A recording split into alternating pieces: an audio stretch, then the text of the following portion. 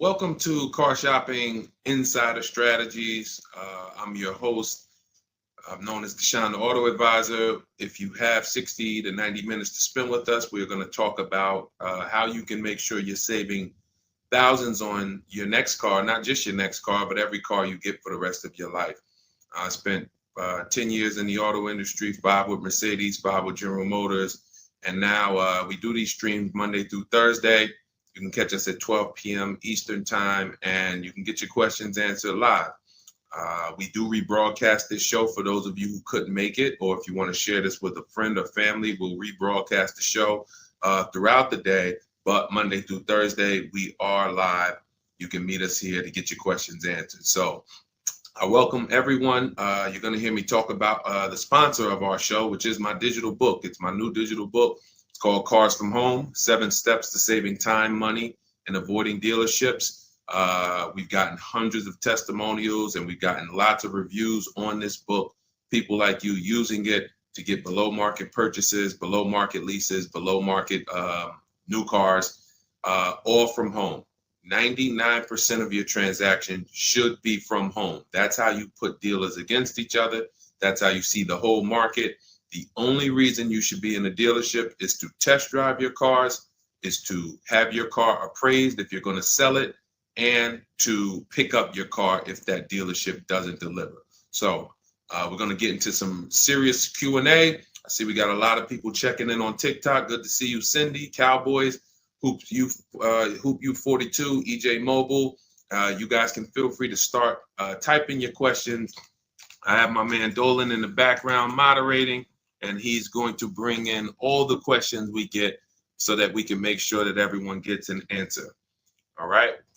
So feel free to start typing. We do have a welcome special from my new digital book. It's normally $97, but for 30 minutes, you can get yours for $24. That's 75% off because I want you to have this information and I don't want money to be a barrier to you having this information. So you can get yours for $24. If you get to my TikTok bio, the Instagram bio, the YouTube comments, and the Facebook comments before 30 minutes, you got yours for $24. It's worth $97 and more, but $24 is better. I'd love for you to have that special. So feel free to start typing and we'll get to it. Nigel, Kodak, good to see you. Rob, Enrique, this is our Wednesday, May 7th live show. So for those of you who may want to know, are we actually live? I'm going to be saying the dates on the show just so everyone who is live knows that we are live and they can actually type your questions. So while you guys are typing, I want to tell you about this 7-step system that you want to be operating in. You don't want to be out here winging the car buying process anymore, the car shopping process anymore. This is 7 steps. Whether it doesn't matter whether you're a high mileage driver, bad credit person, good credit person, lease person, purchase person. 7 steps. First step is the most important question. How many years are you keeping your next car? This is the most important question because we need to know how are we going to beat depreciation. Depreciation is what we call the unseen expense. If you buy a car today for $40,000, you don't drive the car one single mile. You don't even drive it. Say you don't need it. You park it outside your house for 1 year. $40,000 car. Come back in a year, what's that car worth? Throw some numbers out there. Your brand new car, $40,000. It could be a used car too. You bought the car, you drop it outside your house, you never touched it. Is that car worth $40,000 1 year later? Didn't drive 1 mile. Didn't drive 1 mile.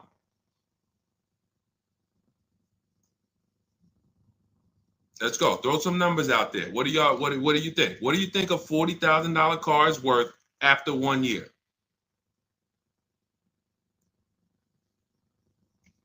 Let's go. All right. Come on. I know people. Let's get. I sometimes listen. I'm going to say this because y'all know I'm a straight shooter. For those of you who are just new here, I have to let you know, most of the people who have a hard time with us getting to the money, literally getting to the money. It's not a matter of the information. The information's proven. We got thousands of people using it. We got thousands of comments. We got hundreds of testimonials. It's the ability to focus. It is the ability to focus. We live in a world where it is very hard for people to focus, and that is where you lose. So I'm letting you know, when you come here to Car Buying Insider Strategies, you have to lock in. If you're going to be here, if not, you're not going to be able to win. You're not going to be able to use what we teach to literally dominate your car buying processes and have total wins, like Milligan, almost $30,000 off an electric car. Like, Just Ralph saving $5,000 off his brand new 2025s. He bought 2 of them. Dealerships dropped the price. The moment they came out, he got them back in December. They dropped the price on both of them over $5,000. Like, these are brand new high demand cars. You're going to see me share a bunch of people that like, whoa, those results look amazing. And these people are telling you they'll never buy a car any other way except the Cars from Home way with bids. But they focused. Whenever they met me on a video, social media video, hopped on a live, you have to focus. Okay? And that's how you're going to win here. So let me talk to the focus people. I see you, KSA. I see you, Nisi, on Instagram. All right. I see you, John. We got you on YouTube. Jay, we got your question coming. So that's the depreciation. You buy a car for 40, your car is worth 30 a year later. It's worth 35 a year later. Even if you didn't touch it, you didn't drive it, you just literally parked it outside your house. So that means our cars are losing value daily, whether we drive them or not. So the reason why the most important question is our first question: how many years will we keep this next car? Because we need to determine, are we going to beat depreciation with a short-term lease, 3 years? Or are we going to beat depreciation with long-term ownership? Well, thank you, Will Rosa. Shout out to the people liking the show. If you are a long-term person, that's where we are purchasing. So that's step 1 in the process. Before you think about, Deshaun, what about my old car? I need to trade that. Nope, you're going to see we don't trade, we sell. But before you think about, Deshaun, I want this car. How do I get the best price on that? Before I think about anything, we are thinking about how are we going to beat the unseen expense, depreciation, because that is what most people overlook, and depreciation kills them, and they don't realize how much depreciation has killed them until they come years later to try to replace their car, and they're like, wow, that's all my old car is worth? Who's had that happen? Who understands that every time you have gone to replace your old car, if you replaced it in 3 years, 5 years, 6 years, besides the pandemic, when every single car was worth $7,000 more than what it was really worth, so you could buy anything and you could win. Besides those times, isn't it more likely that you went to replace your car and you're like, whoa, that's all this car is worth? Man, that's all you're giving me? Because the depreciation has really set in, and we have not held the car long enough to have that win. So that's why this is the most important question. Then we move to equity assessment, where we get bids. Then we move to deal structure, where we structure, what does a great deal look like? What does it look like if I lease this vehicle and it's a great deal? Not these bad deals I see on commercials. What does it look like for me to budget and make sure when I go shop, I'm not going over my budget? In fact, I want to shop way below my budget. That's what we do in step 3. Takes us about 10 minutes. Then we move to shopping. This is the fun part. And I want y'all to understand something. Shopping is deciding what you want. It's not buying it. It's not buying it. Shopping is deciding what you want. Okay? And what we tend to do is we mix shopping with buying. When I was in the dealership, I would have people, man, Deshaun, I don't know how I ended up with a car. I just went to Home Depot. I was going to Home Depot. I said, let me stop by the dealership. And now look, I'm leaving with a car. That's mixing shopping with buying. We don't want to do that. And then we move to step 5, which is we're multiple offers. Multiple offers. So you're going to hear as you stay on the stream and as you understand what we do in the Cars from Home process and why people are saving so much money and they're so happy enjoying their process is because of those 2 words, multiple offers. It puts you in control. It puts you in the driver's seat. It makes you feel like you are the prize. You're not begging anymore. Who's been in a dealership feeling like, man, why am I begging these people to take my money? Will anyone be honest? Anybody be honest and say, man, anytime you've been in the dealership, have you ever felt like, why am I begging these guys for me to give them $20,000 of my money, $50,000 of my money? So what we're going to do is when you start getting multiple offers, you're going to see, whoa, this thing flips on its head. Now they're coming to me. Okay, so this is just initial mindset of the difference with the Cars from Home process. Step 6, we go and tie up our paperwork. Again, if you notice, all of this stuff I'm talking about is done from home. The only thing we do in that dealership is test drive, come on home. And you're going to start now enjoying your test drives. So you probably can't even, you've probably been scared to go test drive. Sean, I'm scared to go test drive. I don't want to, because they're sitting you down. Thank you, Paul. Thank you, Paul Sperling, for being honest. I see you on Facebook. That's where you've been nervous. Man, I don't want to go test drive. I'd rather just, but what you're going to start doing now is enjoying the shopping because you're test driving, going to another dealership, test drive this. Sometimes people go with their families and say, hey, family, good news. We're going to go out this weekend. We're going to test drive a bunch of cars and we're going to decide what the right one is for our family. The kids are happy, wife's happy, husband's happy. Yes, let's do it. Get to the first dealership, test driving the car. All right, what do you think, guys? Oh, it's okay, it's all right, it's nice, we like it. Okay, now the kids think we're going to see 3 vehicles. Next thing you know, Dad's sitting down with the salesman. Hey, we got a great sale, today. It's a 1-day sale. That's a lie. Really? Oh man, what does the sale look like? Oh man, and for those of you know, I'm not the public. I'm an insider, so I'm telling you from being in the dealerships. You get what I mean? Like I respect people who never were car salesmen and they're trying to teach you guys how to get the best deals. God bless their hearts. I'm telling you from inside. So next thing you know, the husband's sitting down talking numbers. Kids are like, hey, Dad, what happened? I thought we were going to, hey, hold on. Daddy's working out a good deal here. Hold on. They got a 1-day sale. Not realizing they've completely taken you off your shopping process, which is your power, deciding what you want. And then once you decide what you want, you have multiple dealers compete while you sit at home. Right where I'm at, right where I'm sitting is where I have made my last probably 5 car deals for myself and my family from right here. Bids. So now that we open it up, we gave you a little mindset of what Cars from Home is about. We got questions coming in. I see Jay on YouTube. I see Robert on TikTok. For those of you who want to know if we're live, we are live. It's our Wednesday, May 7th episode. We're live every Monday through Thursday at noon. But you might be watching a rebroadcast and you might have someone ask the same question that you're going to ask because we do replay the show throughout the day for those who couldn't catch us live. All right. So Dolan, let's start bringing in these questions. I see we got some coming. And Instagram, you guys type your questions. We're live on Facebook, YouTube, Instagram, and TikTok. All right. What do you think about the Flex Car Leasing Company? Let's see. It's Flex Car Leasing. All right. See if we can find out about Flex Car. Live large, spend small. Sounds like a good quality lease.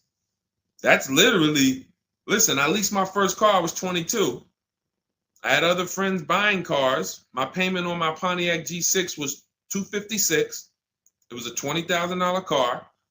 I never had a problem with it because it was always under warranty, and my other friends were out there, buying cars they were paying double what I was paying.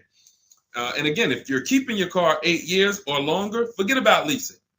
You should be shopping for a below market purchase. If you're not keeping your cars 8 years or longer, below market leases is how we save all the money keep thousands in our bank account, drive incredible cars. So let's take a look. It says Flex Car is the first and only month-to-month car lease because freedom shouldn't come with a contract.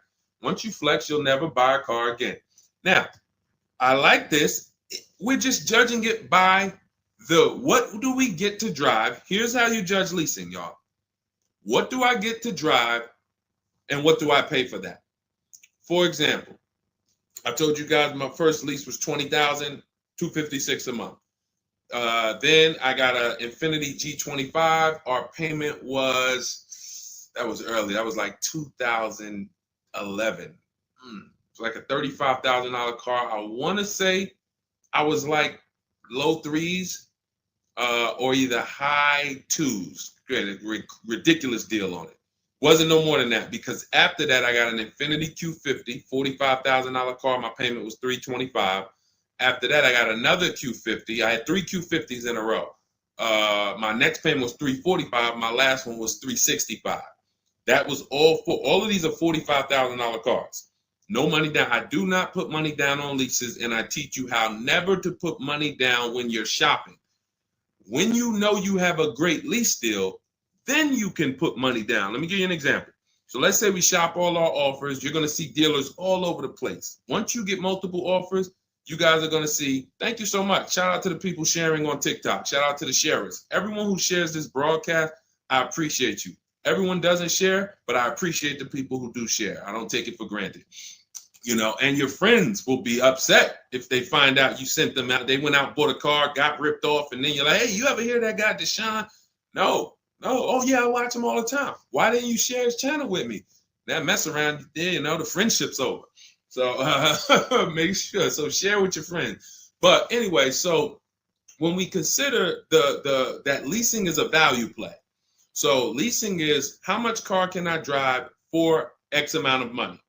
Because that's all we judge it by. It is literally nothing. We're not in love with these cars. We are not keeping these cars for more than we should not be leasing something and saying we love it. Because if you love it, you mess around and lease something that has a bad lease program, and then you're driving a car overpaid for it because you like. So you know, if somebody says, "Oh man, I really want that Range Rover," and then they shop the offers. Range Rover offers are no good. They're all over 1.5, 1.6, 1.7. For those of you who don't know, we judge leases by dividing the MSRP, the monthly payment we get, no money down. You divide that monthly payment into the MSRP. So if you have a vehicle that has a $400 payment, you divide that into the MSRP, which is, let's say, $40,000. That's going to be a 1% lease. You multiply it by 100. So divide the monthly payment into the MSRP times 100. That tells us a percentage. So once we get that percentage, we can see, is this a 1% lease? Is this a 1.5% lease? Is this a 1.2% lease? Now, you cannot judge a lease until you've gotten multiple offers because you need to find what we call the 20%. What are the 20%? Anybody know what the 20% is? And we're still talking about this Flex Car leasing program because if we can lease cars through Flex Car and they're 1% leases or 1.1 and 1. If you get to drive these expensive cars, but you're only paying 1%, 1.2%, 1.1%, less than 1% of the MSRP on a monthly payment, you don't have to tie up all your money. You got cars under warranty, no problems. This could be a really good thing. Now, I haven't used Flex Car, but I'm just telling you, if you guys explore them, this is what we are judging because this is how we judge leases. Okay, there's nothing else about it. So you divide your monthly payment. You don't have to worry about taxes. Here's why you don't have to worry about taxes. And here's why you also don't have to. We're just talking about leasing. So let's continue to ask questions about used. I don't know if more people are just interested in leasing. Maybe you guys can help me out. Is it that more people are interested in leasing because we get a lot of questions about it? You know, we have systems for pre-owned cars. Shopping deals with getting below market pre-owned cars, getting below market new cars. saving money with our bank bidding war, making banks and credit unions bid for our interest rates, selling cars to get our equity out, bidding. So we have all types of stuff outside of leasing, but I'm going to answer the questions you guys ask. And if Dolan keeps pulling in the questions, and most of them are about leasing, then that's what we're going to talk about. Okay? So so here's the reasons why you never have to worry about what about the taxes and fees, and what about the selling price? Do I divide the monthly payment into the selling price or the MSRP? Well, you're going to do it on the MSRP. That's that sticker price. I'm going to show you guys an example here on the screen so you can see. This is a sticker, window sticker, and you can see, Dolan, can you snatch that? Thank you so much, Dolan. The total MSRP right here, that's your MSRP. That is what you're dividing your monthly payment into. Now, the MSRP tells us the value of the car in the market. The MSRP tells us the value of the of the car in the market. It does not tell us what they're selling the car to us for and how much they've discounted it. That's reflected in the monthly payment. So you have a $40,000 MSRP. One person, one dealership, an 80% dealer offers us $600 a month for that. Okay, another dealer, 80%, offers us $650 a month for that. No money down. Remember, always shop our lease deals with only first month's payment due at signing. Only first month's payment due at signing. You don't do anything else but first month's payment due at signing. And you tell dealers how you want your lease deals presented to you. You do not let them work you up a random lease deal. Okay, so you get your first month payment and you say, okay, one dealer says $650, $40,000 car. This is an average car. $600. Another dealer says $550. But then here comes this 20% dealer, $425. So now you're looking and saying, whoa, the percentage for the higher dealers is 1.4, 1.45, 1.6, 1. But this lowest dealer is 1.2, 1.1. What's going on here? Same exact car. This is the 20%. You've identified the 20%. They've identified themselves, and the lower sales price that they're giving you is reflected in the monthly payment. So so the monthly payment is where we can see the discounts, not the MSRP.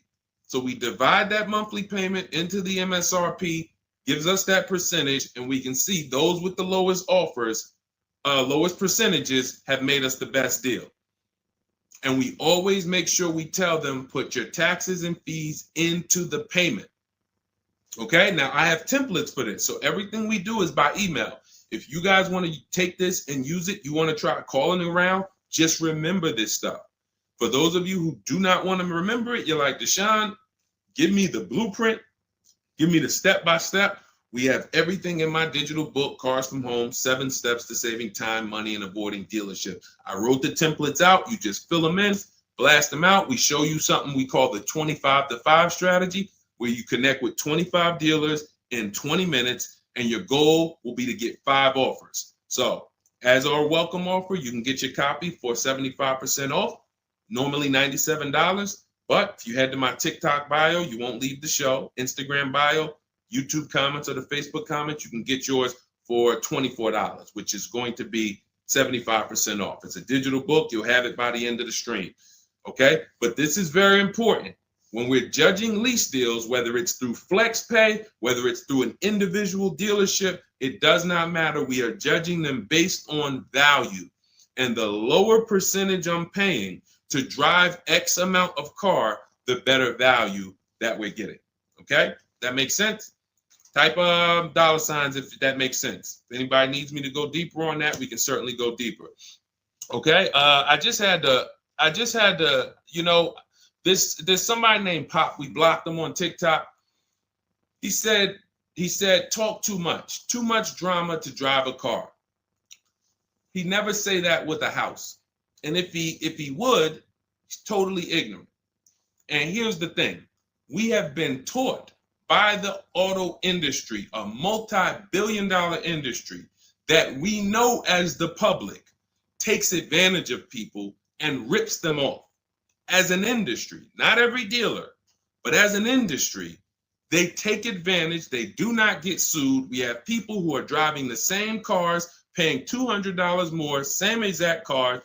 No one is getting lawsuits. You're ripping us off because you've taught us that we should be able to come into the dealership, make a $30,000 transaction on the low side. The average car price is probably 40, 45 grand. They've taught us that they've taught us we should be able to make that decision in 1 hour with no real competition and no real information. So when we talk about strategy and the way we save money, when you look at somebody like a Marie, hey, just wanted to reach out and say thank you. I love these emails, by the way. Those of you who have my book, who are using it, please continue to send me these types of emails. Marie said, just wanted to reach out and thank you. Using the guide, I saved over $13,000 off MSRP, got my payment to be hundreds lower per month and maintenance included with no money down. Just wanted to say thank you. 2025 GLC 300 coupe, fully loaded. Now, some of you have this exact same car, or you know someone with it. You know someone with it. And they probably went out, got it traditionally in 2 hours, did very little shopping because they wanted this car. But Marie used the cars from home process, got my book, $24. Hopefully she got it at the welcome offer for $24. And that $24 investment saved her $13,000 off this new car. $13,000. We are not here on Wednesday, May 7th, to talk about hundreds of dollars. And these are the people who would be warning you guys to say, hey, you better have a process. And if you don't, that's okay. You don't need a process. Just know you're overpaying. And just understand that the car business has mastered sending you down the road in your car and you overpaid and you're smiling. It's a very, very powerful business, multi-billion-dollar machine where you could send hundreds of people down the road smiling and they literally overpay. You just made $5,000 on them, $8,000 on them, $10,000 on them. That, you know, there's a saying in the car business, the happiest customers are the ones you make the most money on. That is a saying. So the happiest customers, the ones that are no, hey, listen, you got to do better, man. Hey, man, I'm still not happy because you still don't feel like you got a good deal. Those are the people that you make the least money on. Still making money on them because they're not comparatively shopping. But the ones who, oh, Joe, you were great. You made this so easy. Go see Joe, everybody. Meanwhile, Joe's making $8,000-$10,000 on you every single time. So appreciate the people who value having a process for the most expensive purchase some of them are going to make. We're not buying homes like we used to. So some people, cars are going to be the most expensive purchase that you make. So I appreciate the people who value how serious that process is. All right, Dolan, let's keep them going. Next question. We got a lot more coming in. Lady V, how are you? What are the major updates for the car buying strategy? Oh, are you in Cars from Home? I announced Lady V, let me know, because it sounds like you're talking about a post I made to our private group. Actually, if you check Leasing Like a Boss, what we just did is we turned our 25 to 5 shopping process, which was you. By the way, guys, this is somebody, we have 2,300 people in our inner circle who use the Cars from Home strategy. They don't like reading, not all of them. They prefer videos and coaching. We have coaching calls first and third Wednesday. We got one this afternoon. But what she's asking, I announced that we were upgrading again our process because we made it even shorter. And guys, we're getting cars in 45 minutes. We're getting lease deals in 45 minutes over a 3-day period, 45, 60 minutes. Literally, we are having people bid in a process that used to take us, even our people who are good. Like you look at somebody like Rosalie. Rosalie, some of you know if you've been on the stream, I continue to celebrate her. She got 3 cars. At once, she had to get 3 cars for her sons. A Nissan Rogue, $36,000, $399 a month, sign and drive. CX-30, $28,000, $339 sign and drive. That's a 1.2% lease. And then Mazda CX-50, $40,000 vehicle, $420. 1% leases, and then one, just killing it. Probably. And then she got $6,700 selling her old leases. She sold 2 leases because in step 2 of our process, we teach you how to sell not just your cars that you own or that you finance. Who didn't know you could sell a lease? Type me. Let me ask this too. Who didn't know you could sell a car that you did not have the title for? It's not paid off yet. Let's ask both. Who didn't know both of those? Because I've seen people in my career that say, listen, Deshone, as soon as I make my last payment, I'm coming to get that. As soon as I get the title. And I'm like, where did you think that you had to wait for the title paid off to? So who didn't know that?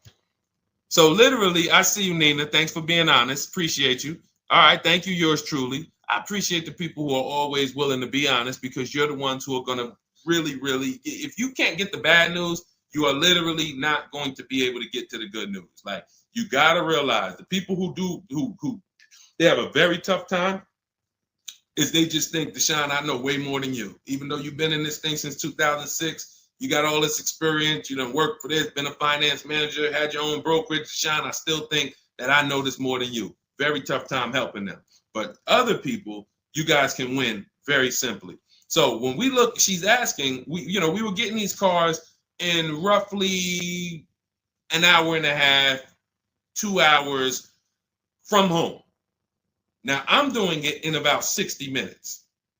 But I created a quicker process, cut some things out, and we just are uploading new things to our membership page that are going to have people literally popping in over a 3-day period. Morning, 10 minutes. Afternoon, 10 minutes. Evening, 10 minutes. You do that by your second day, you're going to have 5, 6 offers, 7 offers, and be ready to close the deal. Like that quick. That quick. I'm always about quicker. Deshone, y'all getting cars in an hour and a half from home. Yeah, but can we do it quicker? So that's what we got. So check Leasing Like a Boss, and you'll see some of the new videos already in there.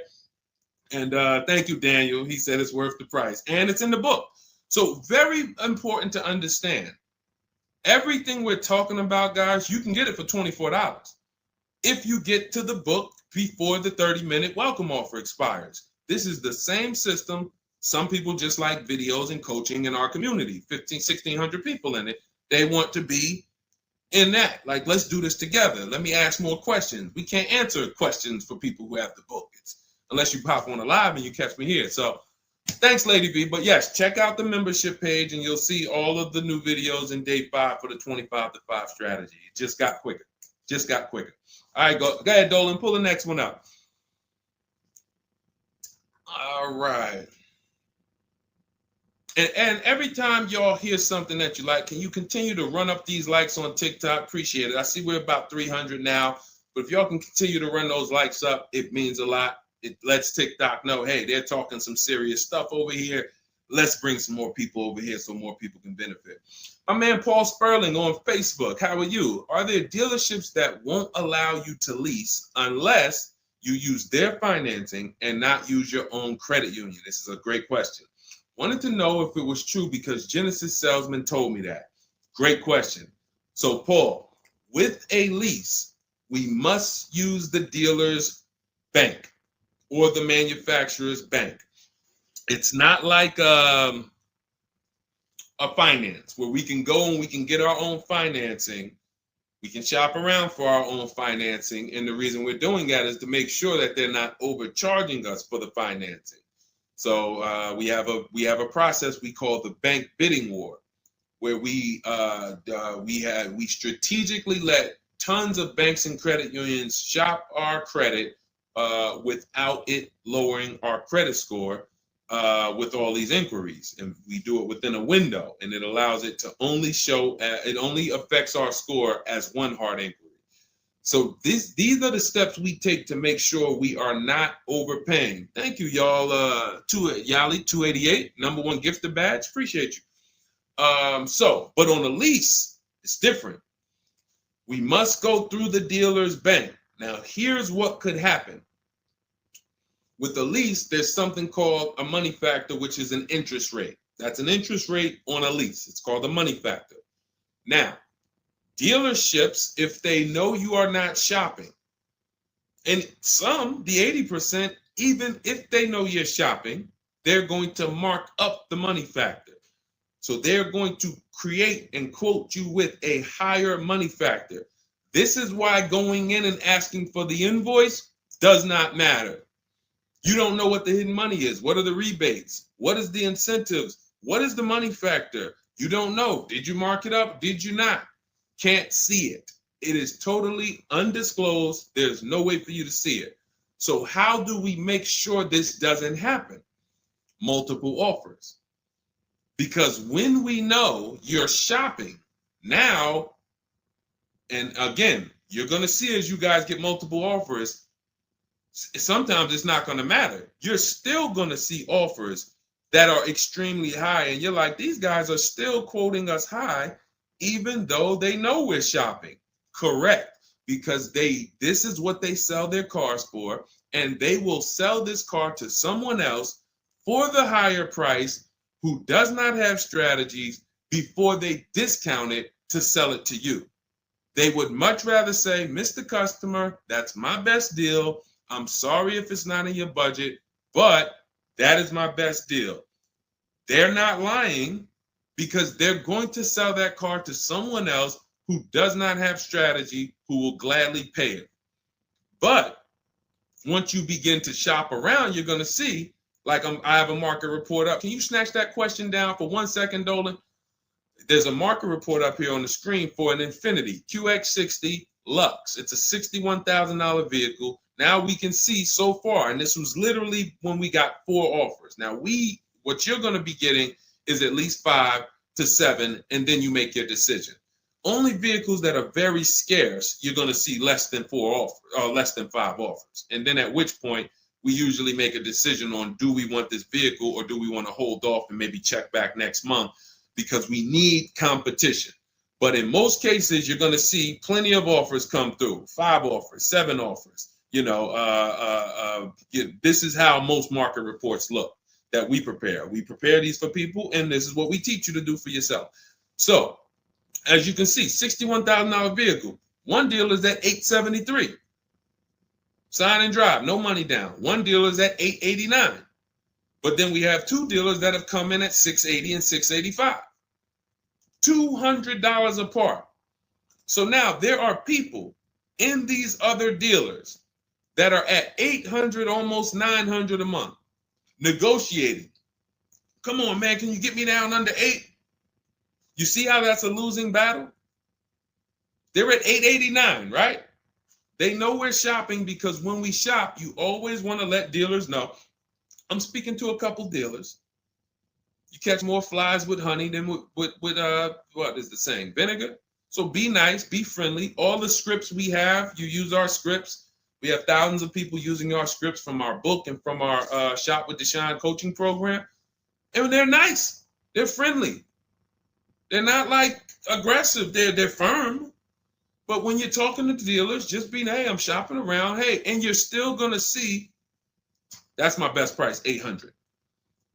That's how you know. Don't get emotional. This is the 80% Deshone told us about. Don't expect them to do what the 20% does. Expect them to be high. You're $150 higher than the other dealerships. Are you going to come down? No.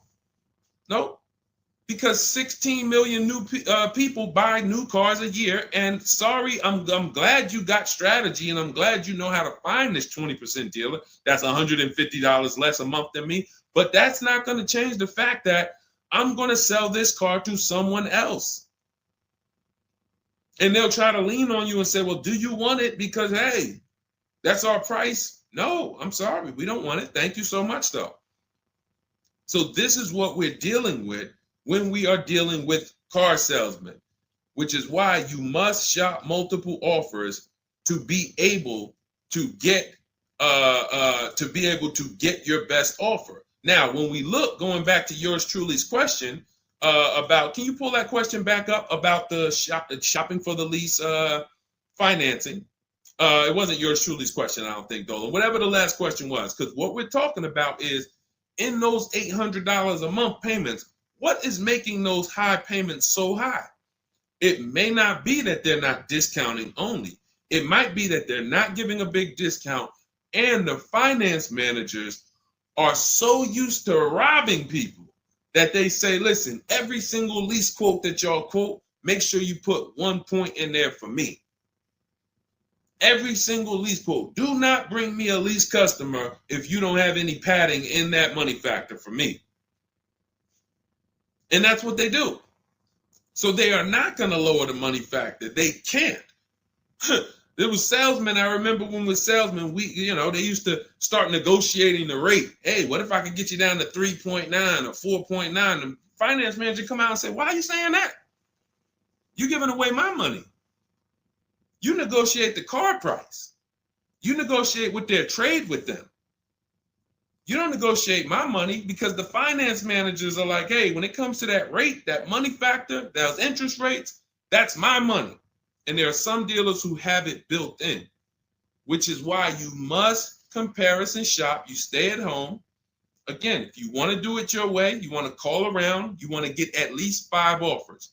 Using our way, we'll show you how to get 5 offers, contact 25 dealers in 20 minutes, and then literally in minutes, you got offers coming into your inbox. But whether you're doing it our way or whether you're doing it your way, stop doing it their way. Their way is just come on in, think you can negotiate back and forth, and then once you hear a number that you feel like it sounds good, that's when you take it. Losing battle. Okay? Let's go, Dolan. Pull up the next one. All right, I see we got a lot of questions. We got Nina. For those of you who don't know, we are absolutely live. This is our Wednesday, May 7th live. We're live every Monday through Thursday at 12 noon, so you can meet us here. If you couldn't catch the whole stream, we will rebroadcast this show throughout the day, so you can have your friends, family watch it, or you can catch up on some of the things you missed. We'll replay all through the rest of the day. And on the weekends, we take all the shows from the week and we rebroadcast them out, so everyone can catch up on things throughout the weekend. All right. And most times you're going to hear someone ask the same question you were going to ask. All right. When getting quotes for your, Adrian on Facebook, when getting quotes for your car for trade, who all should you get quotes from? This is a great question, Adrian. 6 companies right now. 6 companies. And we could throw a 7th in because Rosalie sold hers to We Buy Any Car. So this is step 2, guys. This is called the equity assessment, because we don't trade. Trade is a curse word here. The only people who have to trade using our system are people who've buried themselves in negative equity, and now we're working a transaction to get them out of it. They can't pay the difference, so they have to trade their car into whoever wins the bid. And but those are the only times we use that curse word, trade. In every other case, we are selling our car to cash buyers because we're separating our transactions. We separate who we buy our car from who we sell our old car to, from who we get our bank loan from. Some of you, and be honest, have you given the dealership your trade-in, got a loan from them, and got a car from them? All 3 in 1. Have you done that? I bought a car from a dealership, got my loan from them, and I gave them my old car. 3 transactions in 1. Impossible to have 1 there. Again, take the bad news first so that we can get you to the good news. You cannot win giving a dealership 3 transactions in 1. Okay? Each one of these should be bid out while you're at home so that you know I've maximized everything. Okay? So 6 companies we're getting bids from: CarMax, Carvana, Driveway, Kelly's Blue Book, but not the regular Kelly's Blue Book, Instant Cash Offer. Kelly's Blue Book Instant Cash Offer, where they connect you with a local dealership that gives you a cash offer. Auto Nation, cash offer. Car Gurus, cash offer. All three of them connect you with a local dealership to get a cash offer. Now, when you throw in We Buy Any Car, or maybe a local cash buying company that you might see commercials with, hey, we want to buy any car, we'll buy your car. All of them. Now, this takes about 25 minutes to do to get all of these quotes, but you're not getting, this is a third of your transaction. So those of you who are like, I'm just going to trade, God bless you, do you. But you're not going to make the money we make. You're not going to make the money Rosalie made. Sold 2 leases, put $6,700 in her pocket at the end of the lease. And what many of you, do I still have Melissa's See, Melissa, many of you who are going to learn that you have not been a long-term person and you have been buying your cars, you're going to get your bids, and then you're going to put a ton of money in your bank account because you're going to lease with no money down. And once you lease with no money down, I don't think I have it up. I think it was from last year. And because we're just showing all 2025s and 20. Yeah, that's all we're showing right now is, recent people, But some of these, Dolan, I'm going to go back and grab because some of them were unique in that when you see you've been somebody who's been taking loans out and you're like, Deshone, every time I buy a car, I take loans out 5-6 years. I go trade the car in after like 4 years, or maybe I pay them off and then I go and trade them in. And I always end up really not getting nothing. I got high payments every time. And then whatever my old car is worth, I use it for a down payment for the new car. I don't really see where that money goes. So this is a repetitive cycle. What you're going to do is actually get your cash bids, realize, all right, I've been breaking the 8-year rule. The 8-year rule says if you're not buying your next car to keep at least 8 years, you should be getting a below market lease. That's what you should be shopping for. That's going to save you thousands upon thousands of dollars more, and you're going to drive better vehicles. If you're keeping your car more than 8 years, then you should be shopping for a below market purchase, new or used, based on your budget and your values. So the 8-year rule. So you say, man, I've been breaking this 8-year rule. I'm not keeping these cars 8 years. Let me go and shop for my below market lease next time. So my normal car that I would normally trade in, not really see where that money's going. Now I'm going to bid that out to CarMax, Driveway, Carvana, Kelly's Blue Book Instant Cash Offer, Driveway, Car Gurus, and We Buy Any Car. I'm gonna see the highest bidder. The highest bidder might be like because Melissa, I think she made like $14,000. She had like a 5-year-old car that she would normally trade, but it was paid off, and she's like, all right, I'm not gonna go and use this as a trade and buy something else. She gets like you're gonna have like 12 grand equity, 15 grand equity, beautiful. And what's going to happen is when you shop for your below market lease, you're shopping with only first month's payment due at signing. So you find your lease, you've already been paying super high payments because you've been purchasing. Now you're like, whoa, I could drive this new car and it's $200 less than what I've been paying. I don't got to put no money down on this thing.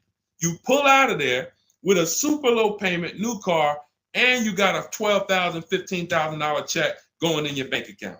Got my car, and now I can see where my equity is going. It ain't going to you, dealership. It ain't going in that car. It's going in my bank. And this is, that's one of the most beautiful things I love to see. And it only happens for people who have been, unfortunately, programmed and brainwashed to buy cars. They don't keep them 8 years. And then when they come to the revelation, now it's like, boom, equity goes in the bank. I'm driving new cars for cents on the dollar. Beautiful. All right. And that's why you do the equity assessment before you shop. Step 1, we decide how our 8-year rule. Are we buying to keep more than 8 years or less than 8 years? That's when we know, lease or purchase. Then step 2, equity assessment. Let me see what my current car is worth. My current lease is worth. Can I make any money on it? Am I upside down? That's what we do at step 2. Okay, so once you guys really follow this process, your whole car buying is going to change. You'll be moving just like everybody else is moving. Just like Brian got his first lease. First lease using our system. He said, just finalized my first ever lease using your system. 2025 HRV Sport, all-wheel drive, $30,500 MSRP for $395 a month. 1.2% ratio. See, this is how you know people understand the car buying process. They talk just like me. They talk just like me. They know the process. They didn't have to go to school for this. They just followed the steps, and I walked them through how to judge the deal. 1.2% deal, 12,000 miles a year, 36 months, no money down. His initial quote from this dealer was $434. In my book and in our Shop with Deshone system, we have calculators we invented. We have 6 proprietary calculators. Can't find them anywhere on Google. They're ours. We created them. He used our calculator. We put all our offers into the calculator. It tells us what to counter. So he counter offered online or by email. His last offer was $395. They went from $434 to $395. That's how it goes. And he probably had 5 or 6 or 7 other offers that was $150 a month higher. That's how it goes. All right. That's where you want to be. All right. That makes sense. Did everybody grab that? Type $ if you follow me. Who's following? Type $. Okay. I never want to go to the next subject before I make sure. All right. Did you grasp that? Did you? All right. Thank you. I see you, DJ and Nice. My man, good to see you checking in. Hart, you have that's your username, Hart. So yours truly. Thank you so much. Good to see you. All right. I see you, HD1 1225. Good to see you. All right, perfect. All right, Dolan, let's go to the next question. All right, feel free to keep talking. I know we got a bunch, so I'm not even going to say it. Let's just try to get through what we got so far. Should there be a set length of financing depending on the year of the car? Great question. So we have something we created called the Rule of 72 and the 10th birthday. This is, all right, there's something we call the repo recipe. So when I was in Mercedes, this happened more often with Mercedes. People, 4 expenses that we need to take into account when we're financing a car. 4 expenses. The cost to acquire the car, and most people are taking a loan. So it's the cost to acquire. Then you have the cost to repair it. Well, let's say this. You got your insurance. You have your maintenance. And on some cars, maintenance does become serious. On a Mercedes, your oil change is $200. Your brake fluid change and your service B is $400 to $500. So there are cars that we have to take into account the maintenance being serious. Then we have gas. So even if you have a car that maintenance is low, you still have gas. So let's just wrap those 2 together. And the 4th expense is what really, really hurts people when they have something that breaks.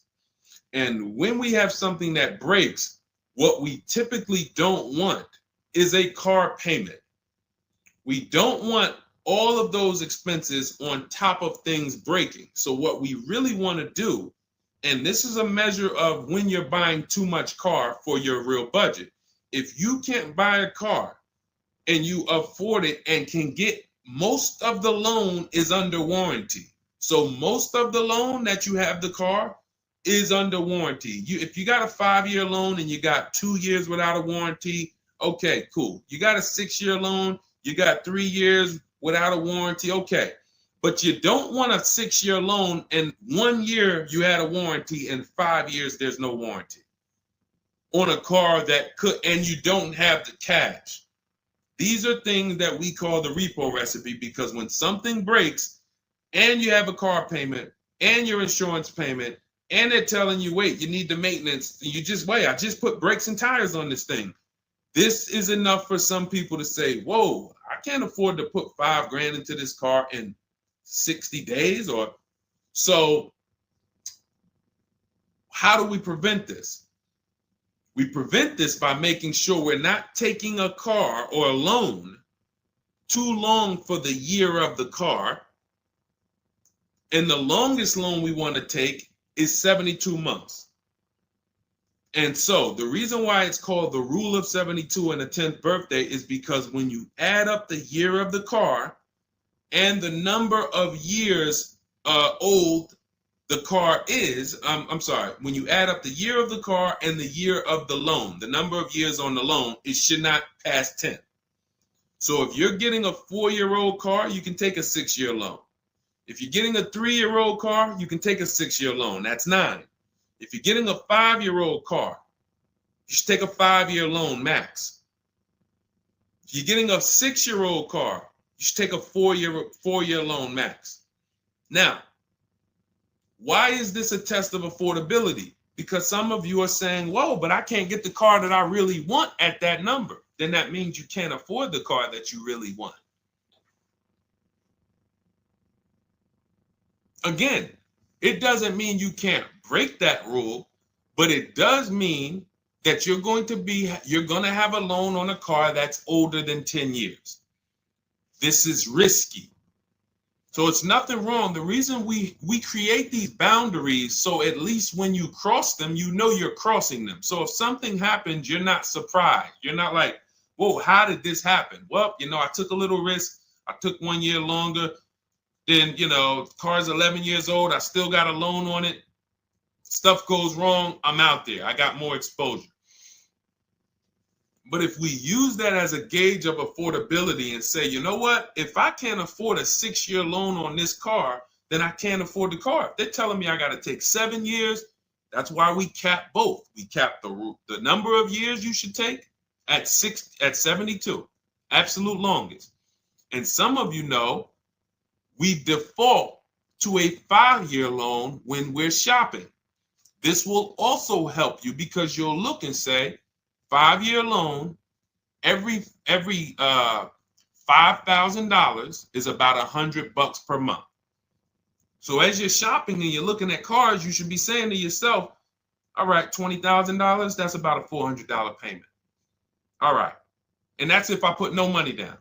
You got your taxes and fees. Maybe I'll take care of the taxes and fees, but that $20,000 car is going to cost me about $400 a month, 5 years. $80,000 car, you're looking at, divide that by 5,000. That's $1,600 a month for 5 years. Doesn't matter how high you go. But when you don't have these rules and you go in, here's what tends to happen. You look at cars that are way more expensive than you could afford and you say, hey, can you get me to this payment? And a salesman, are they ever going to say, no, they're going to say, oh, let me see what I can do. Next thing you know, they come out and say, hey, good news, I got you to $1,000 a month. Hey, good news, I got you to this. Way below what our rules are. Way below than the $5,000 every 100. So you got to say, how did they get me to way below the every 5,000 is 100? How many years is the loan, sir? Oh, well, listen, what's more important to you, the payment or the number of years? Well, both are important to me. How many years is the loan? Well, right now, this is an 84-month loan. This is a 96-month loan. Wait, so 7, 8 years? 8 years, 9 years? You're talking like, yeah, well, and that's how you get jammed up. So if you keep these boundaries in place, longest loan I'm going to take 6 years, 72 months.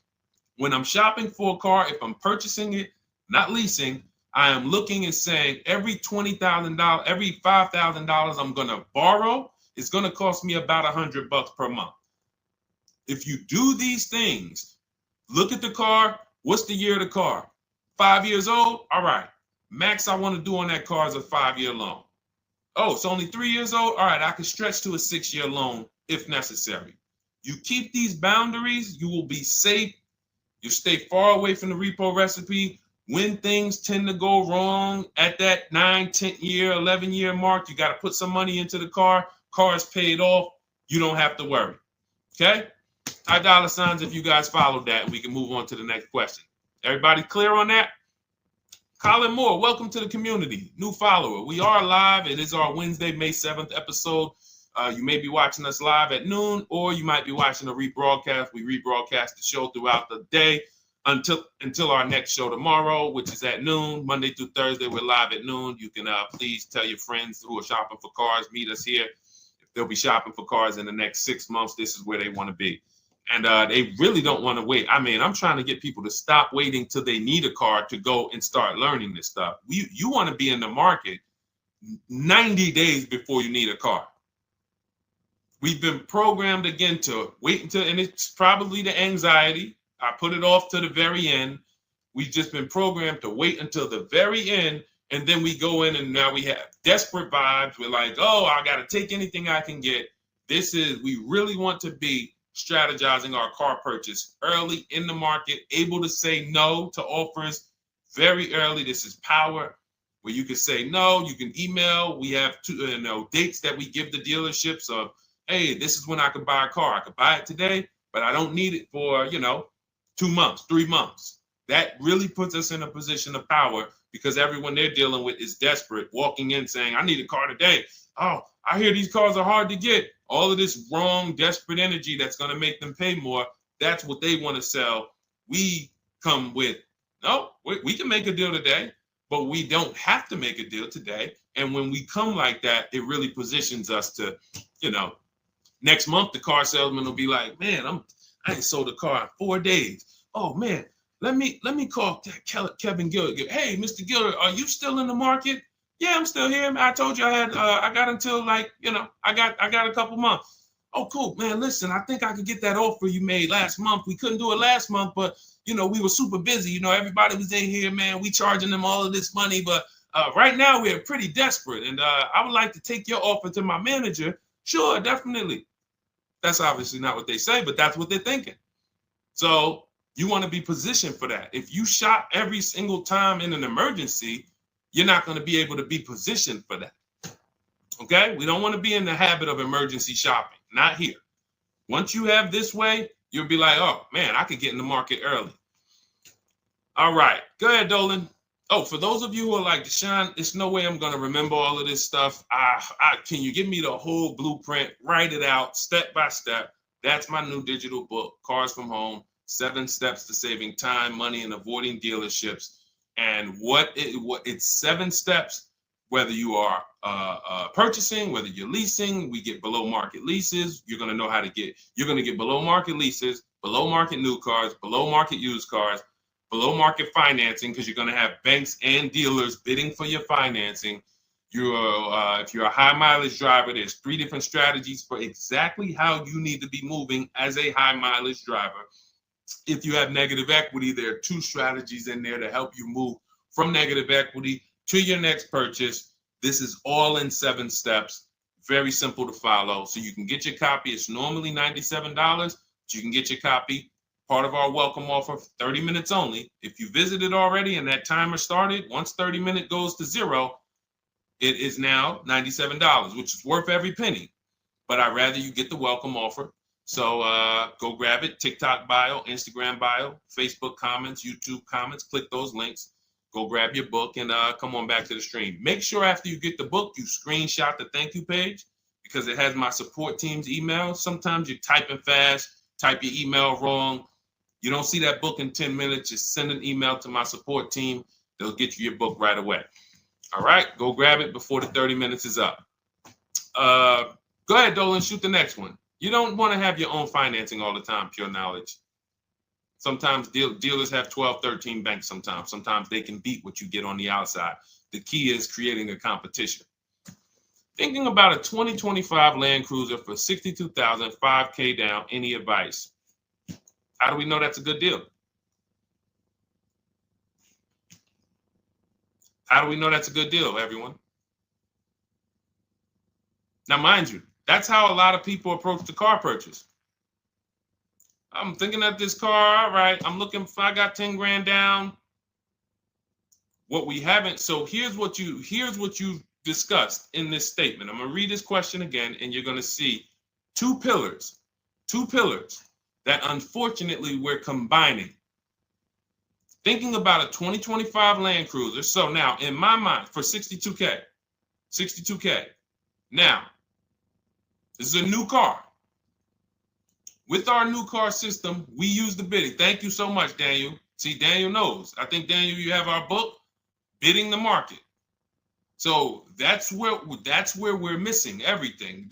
So now we're looking at the new car, which means what our process is, we're connecting with 25 dealers to get bids. If you said, Deshone, I called around, spoke to several Toyota dealerships, and the best dealer that I found who's going to offer me a car is going to give me $8,000 off. But I got 5 offers. I got 7 offers. Some people said they're not going to do any discount. Some people had $3,000 in fake fees and dealer adjustments. Some people had protection plans and they took off a little money, took off $5,000, but they had all of these fake fees. So it's really not even like they took off $5,000. But one dealer didn't have the fake fees and he discounted $8,000. Boom. That's a bid. You did it manually. Didn't do it our way. That's just fine. But that is allowing you to have the peace of mind that I'm getting a great price on the Toyota Land Cruiser. Separately now, we're moving to our financing because you said $5,000 down. Therefore, you're getting a loan. So we would now have banks and credit unions bid to now submit offers to you within a 24-hour period. You have all these banks, credit unions online bid for the loan, get the best interest rate. We give the dealer a chance to see can they beat it. In which case we bid out the loan, we bid out the car purchase, and now and watch this. I'm home doing that before you even get home from your dealership. One visit, you're in the dealership 3 hours. I'm popping into my email minutes at a time, 15 minutes. I'm hopping on. I'm getting banks to bid in an hour. Everyone's bidding. Boom, boom. I'm getting dealerships to bid. You're still at the dealership. You're just meeting the salesman. You're still wondering, do they have a black one? Hey, he said he had a black one. He was going to pull it up. All right. He comes back with silver. Oh, you don't have black? Oh, no. Well, listen, somebody's trying to dig it up in the back. You know, we're going to see. Why don't you drive this one and then maybe we'll see. Okay, listen, I'm here. Cars from Home people, we here moving. We already gotten offers coming in. You still waiting for a test drive. This is how we move. So not only is our process and the way we shop the key to getting all these offers, like again, you look at somebody like well, this was crazy. Val Boss lady, $51,000 vehicle, zero maintenance, zero time. Look, she got a 1.1% lease on that. Let's look at where's Sean? My man Sean, because Sean was actually one of the look. $72,000 vehicle, he saved with the rebate and with the dealer discount, he saved $21,000 off of it. $21,000 off of it. He's sitting here chilling at home. Dealers, I'll take off 3,000. I'll take off 5. I'll take off 10. Oh, I'll take off 20. Whoa. So it's not only is it the money that we save, it's an easier, more fun process. So that's what you need to do. Like, step out of that old way. Understand that I need to get multiple offers for the Toyota, and I need to get multiple offers for my financing, and I do that right here from home, where nobody can come into my house and say, hey, you get into the dealer here. What are you doing there trying to shop from home? We see you. You're not going to break our programming on you. You better get up right now and walk into this dealership so we can charge you more. Who's going to do that? While you in your living room, while you at work. Dealers bidding while you at work. Never been to a dealership. It's freedom. Multiple offers. Yes, Lady V. That's my 2 favorite words. I swear, if I didn't wear unlearn, relearn, I'd be walking around with a shirt that said multiple offers. All right, let's go, Dolan. Shoot the next one up. We got time for a few more. Let's go. Few more questions.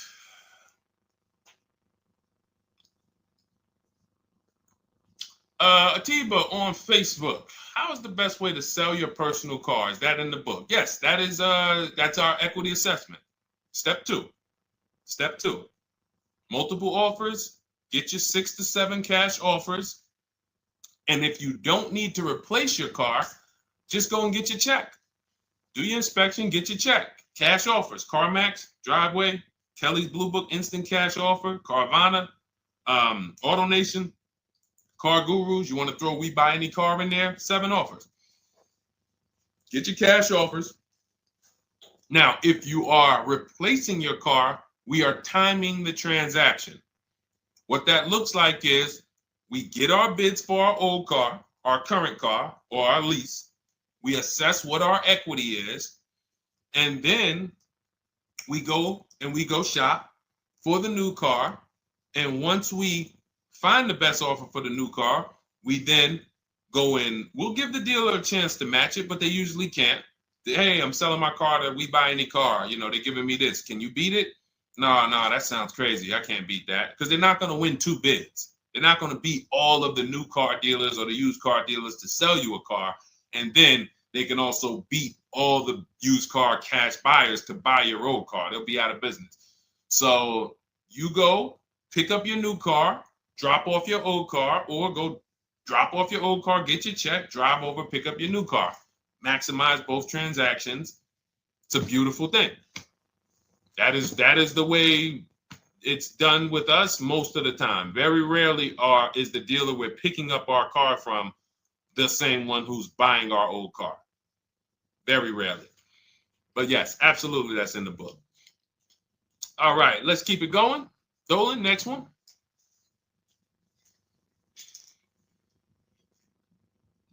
Daniel Thompson, Deshone, I've been keeping an eye on a used vehicle that has been sitting on the lot for over 60 days. What is a good amount to ask off the sales price without teeing off the dealership? Thanks for your time.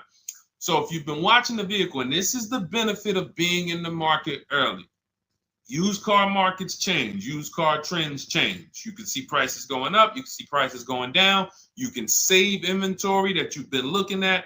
You know, I show you in our multiple marketplace strategy how to save the cars that you're looking at, create these save listings. Every new car that pops up, you get an alert for it.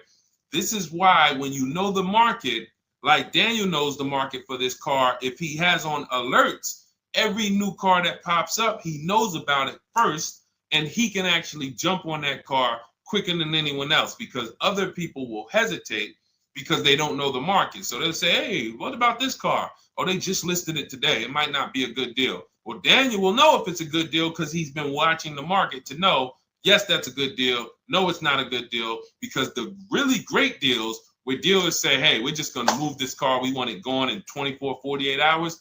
Those are not going to last. So literally, once they list them, you want to be able to say, oh, I saw that first and I know the market. Hey, you call, oh, just got a cramp. Went to the gym earlier, dehydrated.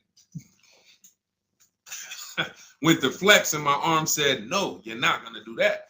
So, but once you know the market, you literally can jump on things fast. Now, in the case of also watching the market, in this case, we see a vehicle that's sitting. As long as we verified there's no bogus fees on it, only fees on a car we're purchasing, used car or new, should be tax, documentation, and motor vehicles. That's it. Tax, documentation, motor vehicles. In some cases, in certain states, you may see smog or something. Should be very small. Very, very small. Shouldn't be anything else for $300, $400, $500, $600. Tax, motor vehicles, documentation fee. Those are all legit fees. Everything else is a made-up fee to try to make money. Now, there might be some value in some of the things. We have a service plan that we added that we selling on all our cars. Okay, but we got to compare that to the dealers who don't have that stuff. So what you want to do is look at the low side of the market, the way we teach. So if you're looking at the low side of the market, Daniel, for example, and you see, all right, all the low prices are 21 to 22. The cars go up to 24, 25, 26. I see some up there for 27. Okay, but the low side of the market is 21, 22. And this is how we watch the used car market, because we want to watch the low side. Now, the low side is going to be where the worst cars are. What do I mean by that? frame damage, salvage title. If you don't see a couple cars and you pull a Carfax and it says salvage or it says frame damage or it says 2 accident, you're not looking at the low side of the market. You're looking at the regular retail market, the regular middle of the market, the average prices. Because if you're shopping the low side and you're like, okay, between 21 and 22 is where the lower prices are, you're going to see some, oh man, look at these pictures. Now, car's all scratched up. Oh man, okay, man, this thing had 2 accidents. Oh man, this thing's salvaged. But then you pops up and you see one for 22. You pull a Carfax, Carfax looks good. Maintenance looks good. Boom.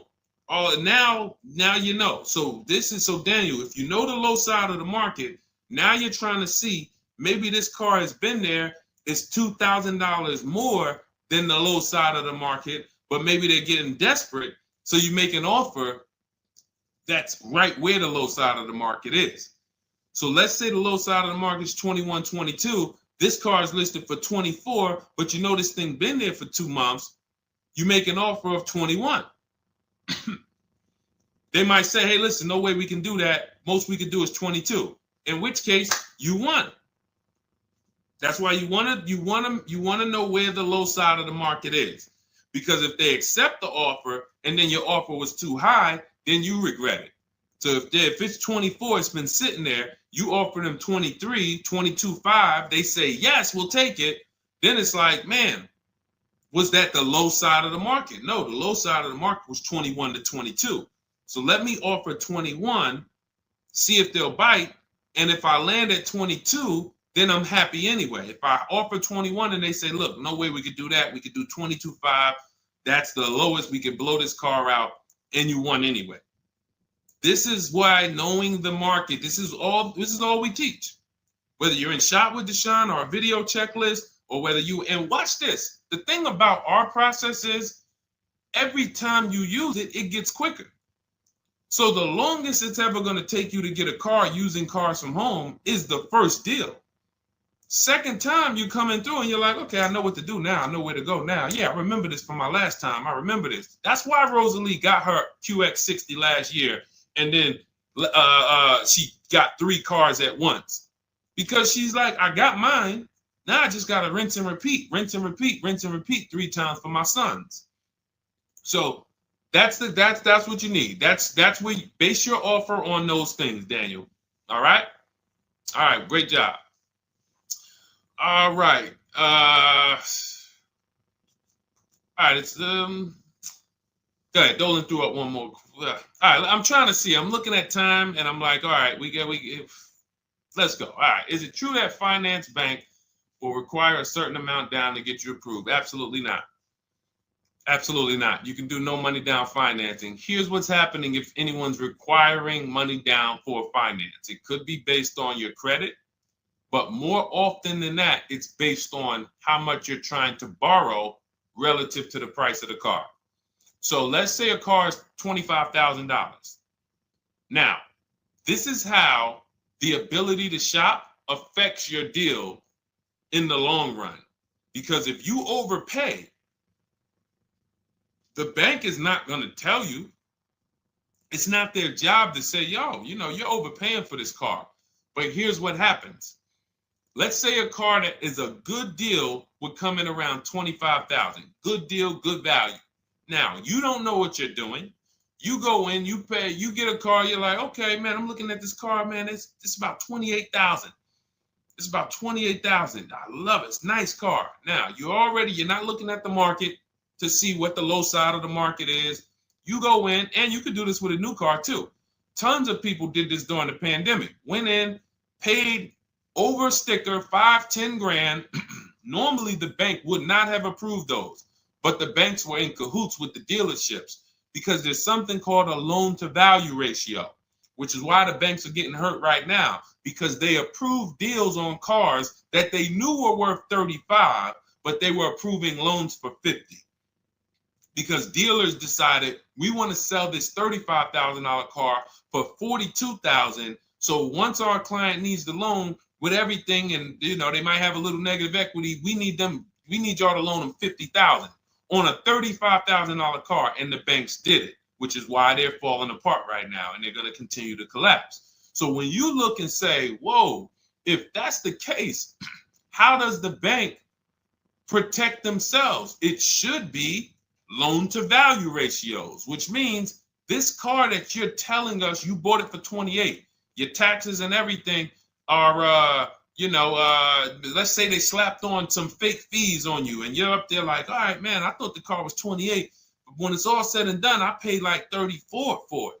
Now you leave with that car for 34. The bank looks and says, well, you're trying to get it for 34. The bank looks and says, whoa, the book value on this car is only 23. So actual cash value might be, we could lend, the actual cash value is like 23. We could lend 25. I could see if somebody bought it for 25. We could lend that because they'll usually give you 20% above what the actual car's value is. So we'll lend on a $25,000 car, we'll lend you $32,000. You're asking for 34. That means you've overpaid by so much, the bank can't approve it unless you get them to the loan to value ratios where they're comfortable. So they're going to say, you got to put down 2,500. You got to get to, you can't borrow no more than 32,000 on this car. You need to come up with 2,500, come up with 2,000. So whenever a dealership's coming to you and say, hey, listen, the bank needs you to come up with this, they're overcharging you. And you're about to take a deal being overcharged because you're overpaying for the car and the bank is saying, we're not taking on all of that risk. That person needs to put some more money down because I know y'all trying to sell them this $23,000, $24,000 car for 33, but we ain't going to help you do that no more. Now, this also happens with negative equity. People trying to move 5-10 grand negative equity over to their new car. And now it's like, oh, wait, the bank's saying you got to put money down. Same reason. So it's two cases, lots of negative equity, or you're overpaying, or both. But that's a signal. All right. Again, that's why we bid out transactions. When you get multiple offers on the car you're buying and multiple offers on the car you're selling that you have negative equity on, you can see, no, y'all not pulling wool over my eyes because I know the market. All right. And all of this is done from home. That is why our system and our teaching, our philosophy, our company is called Cars from Home. That should ground you in the fact that everything we're talking about, 99% of it is done from home. 99% in minutes, not hours, minutes. All right. So if you guys want your blueprint, if you're like, hey, Deshone, listen, great stream. I enjoyed it, learned a lot. No way I'm going to remember all of this. Can I get the whole blueprint step by step? That is my digital book, Cars from Home. This is specifically for people who are like, I don't like car shopping. I'm not going to know all of this stuff. I want to enjoy my car shopping process. I'm tired of having buyer's remorse. I'm tired of leaving the dealership hoping I won, wishing, I don't want to talk about my numbers. Don't even ask me what I'm paying. Don't ask me what I paid. Don't ask me like that. You can see people from our school, look, they're already always posting their numbers. They never post without posting their numbers because they're confident in them. $50,000 car for Ken, $585 a month, no money down. Look, Jen, she gets a 2025 Honda Pilot, $50,000 vehicle. She saves almost $6,000 off of the price, $5,600 off the price. We could do this all day long. Oh, this is a long one. Oh, graduated. I put $1,000 to hold the vehicle Saturday. The dealership we ended up made the best deal, easiest, quickest process, little over 2-hour drive away. That is a signal. What you're going to see a lot, and y'all are going to get used to it, is driving an hour, hour and a half to go to get that car from the dealer who won the bid. Convenience costs you money. Every one of our students, our book readers who use what we teach, they are absolutely prepared to be, oh man, the dealer that won the bid, they're taking off $15,000. Man, they're 2 hours away. That's a nice drive, ain't it? Nice drive. Oh man, I'm driving I never made this much money on a drive before. And then you start to see most of these local dealers, they think they got me, because they see my zip code and they're like, well, this person ain't gonna shop. So listen, hit them at this price. They don't realize that that dealership an hour and a half away is like, hey, we got the car. Hey, we'll sell it to you for this. But they never expected you to find them because most people don't find them. So that is the Cars from Home system. It's very simple, 7-step process. I'll walk you through it. And in my digital book, you'll have all your questions answered because it's a step-by-step process. You literally just do one step, check it off. Next step, check it off. Next step, check it off. By the time you get to step 7, you're setting up your delivery of your car or you're going to pick it up. All right. But it's normally $97. Part of my welcome offer, 30 minutes only. You can go grab a copy for $24, 75% off, and you will have it in your inbox. Make sure as soon as you get your book, you screenshot the thank you page, has my support team's email on there, just in case the book's not in there in the next 10 minutes. If you type your email wrong, make sure you check your junk and your spam folders. But go grab your copy. You'll have everything that we teach in a step-by-step manner. You'll be able to get cars in 60 minutes, 90 minutes from home, and you'll start to enjoy the car shopping process. All right. You'll be sending me your email just like Marie and Ken and Milligan, all of these people. You'll be sending me your deals. Okay. And for those of you, you have a different learning style, you can look into, you've been seeing us sharing a lot of these Facebook posts from our group. Our Cars from Home Shop with Deshone program is video checklist instead of book checklist. So if you're like, I'd rather have some, 3 to 5 minute videos that I can watch and walk me through the steps, that's our Cars from Home Shop with Deshone program. We have our private Facebook group where you got 1,600 people that have come before you. They're always answering questions. I'm in there 4 or 5 days a week. And then we do 2 coaching calls a month, first and third Wednesday. We actually got one shortly we're going to have. And, you get hands-on guidance. So that's hands-on. And some of you might like us to totally shop for you. That's going to depend on if you qualify. I would rather teach you to fish. The only reason we created Done For You is really for the wealthy people. I don't want you paying us to go shop for you. I would rather teach you to fish. But I know there are people who your time is so valuable, whether it's the money you make per hour. I could show you how to do this in 60, 90 minutes, 2 hours, but you would still say, I'd rather you guys do that. I got money to make. I'd rather be with my family. I want to be doing other stuff. Here, I pay for services that I believe in. That's why we created Cars from Home Done For You. I would much rather all of you learn to fish so that you can do this over and over and over again. Teach your kids, teach your family, teach your cousins, teach your neighbors, so that everyone knows how to do this Cars from Home shopping process. Okay? But if you're in that category, in that class where you're like, Deshone, no, I'm that person, then you book a call with our team and see if we can help you with Cars from Home Done For You. All right, so that's our stream for today. We will be back. Lady V, I talked about the updates. I think you asked that question and then you jumped off the stream.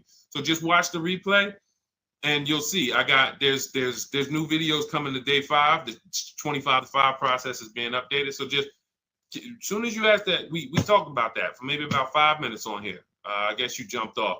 But yes, we'll be back tomorrow, Thursday, noon Eastern time. Meet us here with your questions, and we look forward to it.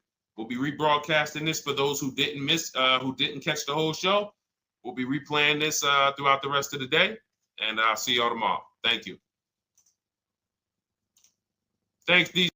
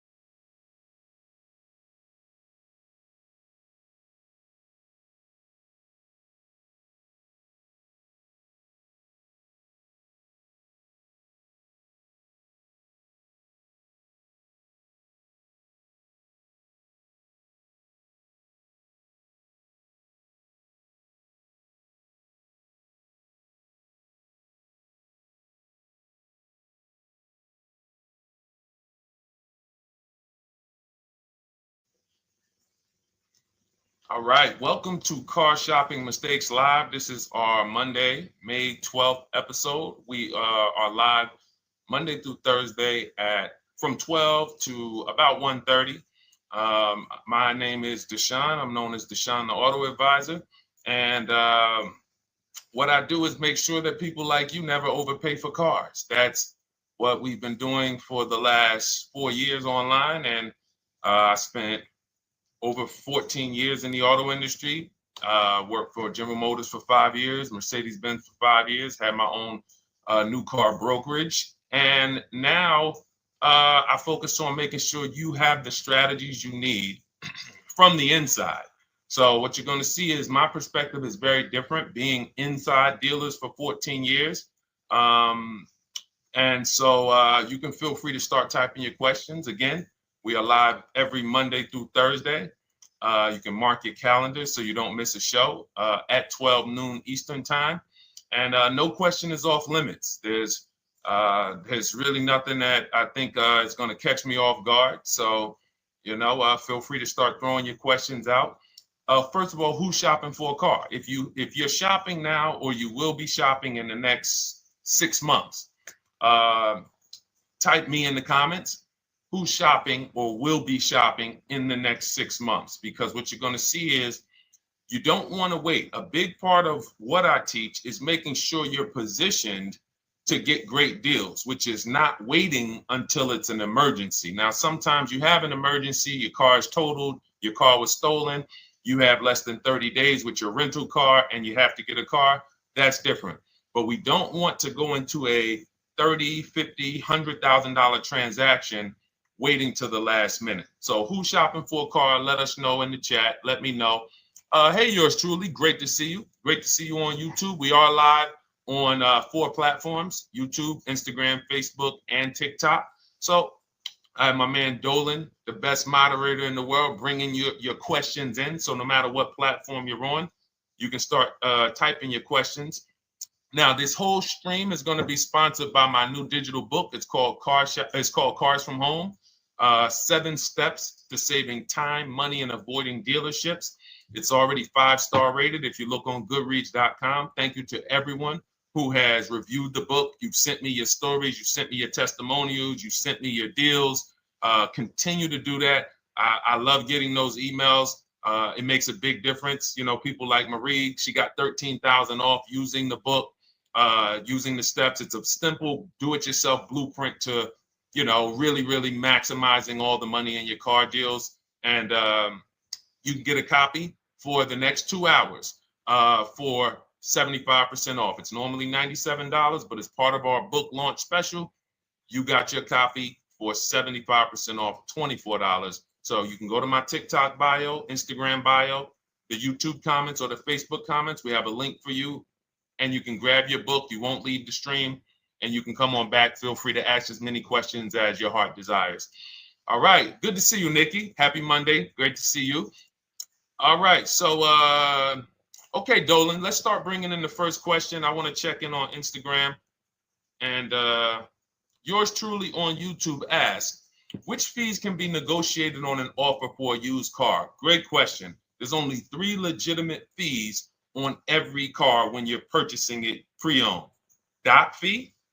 Some people, you'll hear people say, oh, doc fees are made up fee. It's a legitimate fee. In fact, when you look on the purchase order, which is that long form after you get your car, you'll see it's oftentimes it's printed on there. So is it all profit for the dealership? Yes, it is, but it also is legitimate. Your DMV fees, plates, license, registration, and your taxes. So those are the legitimate fees. Now, what are not legitimate fees? Anything that's not those 3. The prep fee, the marketing fee, the service plan, internet fee. All of these things are absolutely made up. Absolutely made up. Now, what you're seeing now is you'll see, and this is why you never want to go into the dealership looking for a car that you didn't see online first. Online is where we create the competition. Once you're there, we've lost our leverage. That's why everything we teach is called Cars from Home. 99% of your transaction can and should be done from home, where you can see that fine print, where you can actually, you can see the dealers who don't have the fake fees before you get out there and waste your time with the ones who do. So you'll see all types of made up fees. Now, what is also being made up, let's go a little deeper on this, is the people, all right, if I put a mandatory service plan on my car, there's value there. It's not like the internet fee, which is just a ripoff, or the prep fee, which is just a ripoff. There's a service plan built in. Okay, then we have to determine if there's value there for us. There's a key replacement built in. But here's how I would like you to think, yours truly, and anyone who's in a similar situation. Anyone who'll be shopping for a used car, type the letter U. I want to drop a couple things for you to keep in mind and lock in. If you're going to be shopping for a pre-owned car, type the letter U. So yours truly, when we're looking at cars, what we want to do is we want to see, oh, sorry, hold on. Thank you to everyone who shared this broadcast with a friend. I appreciate it. If everyone shares with one friend, we'll change the auto industry in less than a year. So you want to look at, as you're looking online, you want to be able to see the low side of the market for the car you're shopping for. So let me give you an example. Let's say you're shopping for once you have your budget, you want to try to get as new of a car as possible. If you don't see cars in that budget, go 1 year back. I always like to do 100 miles. You don't want to just do this neighborhood shopping, because again, as someone who's been in dealerships or who was in dealerships for 14 years, I can never be in dealerships now. No dealership I wouldn't want to work in a dealership, but there's no person who could tell you guys the unfiltered truth and be in a dealership. They're going to get fired. So, but here's what you'll see. The total cost is what matters relative to how much the car was when it was brand new. I don't want you to pay attention to what they're offering the car for, because that is a made up number based on algorithms and market. Who's ever seen somebody, sometimes you're on a website and it'll say, this car it's a fair deal, it's a good deal, it's a great deal. Who's seen that? That's based on an algorithm. It doesn't actually, it's not real value. Here's what's real value. Let's say you're looking at 4 Honda Pilots. They're asking $22,000 for one, $23,000 for the other, $24,000 for the other, $25,000 for the other. So 22, 23, 24, 25, right? Now you're looking and you're like, well, these cars look a little similar. You know, this one, what's the best deal? Once you get the new window sticker of that Honda Pilot, you'll see one of these Honda Pilots was $45,000 when it was new. This other one was $46,000 when it was new. But this other one was $53,000 when it was brand new. And that's the one that's actually giving me the biggest discount. That's the value. Without knowing the original price of that car, we can't determine what value we're getting in the price they're offering us. And when we don't do this, we make this mistake. We end up doing what some people did during the pandemic. They paid the same price for pre-owned cars as they were when they were new. Everyone didn't do that, but a lot of people did because they thought this was my only option. There were people who paid $27,000 for a Toyota Camry that was brand new, $28,000. This is how we prevent that. When we call that in Cars from Home, in my book, the true value discount. And this is how I bought my Infinity truck. I was literally looking at 3 of them 4 of them. They all had similar prices from 30 to 31.8. And literally the one of them was 46, one of them was 48, one of them was 52, and one of them was 55. So when you do that math, and I have a calculator in my book that does it for you, but it's simple. You just put the MSRP in and you create and you divide the asking price into the MSRP. And you'll see, oh, wow, this deal is giving me 42% off. This deal is giving me 30% off. So you see how simple it is now to shop when you look at it, when you're looking at it that way. Oh, this deal is giving me 30% off the original price. This deal is giving me 44% off the original price. Then you weigh those things out. Now, how? I know what some of you are thinking, Deshone, how do we get the original window sticker? You get the original window sticker. Some brands have it on the Carfax. They have a deal with Carfax. And then sometimes you can Google Maroney label. You're looking for this. I'll show a picture of Maroney label. That's a window sticker. This is what you're looking for. Maroney label.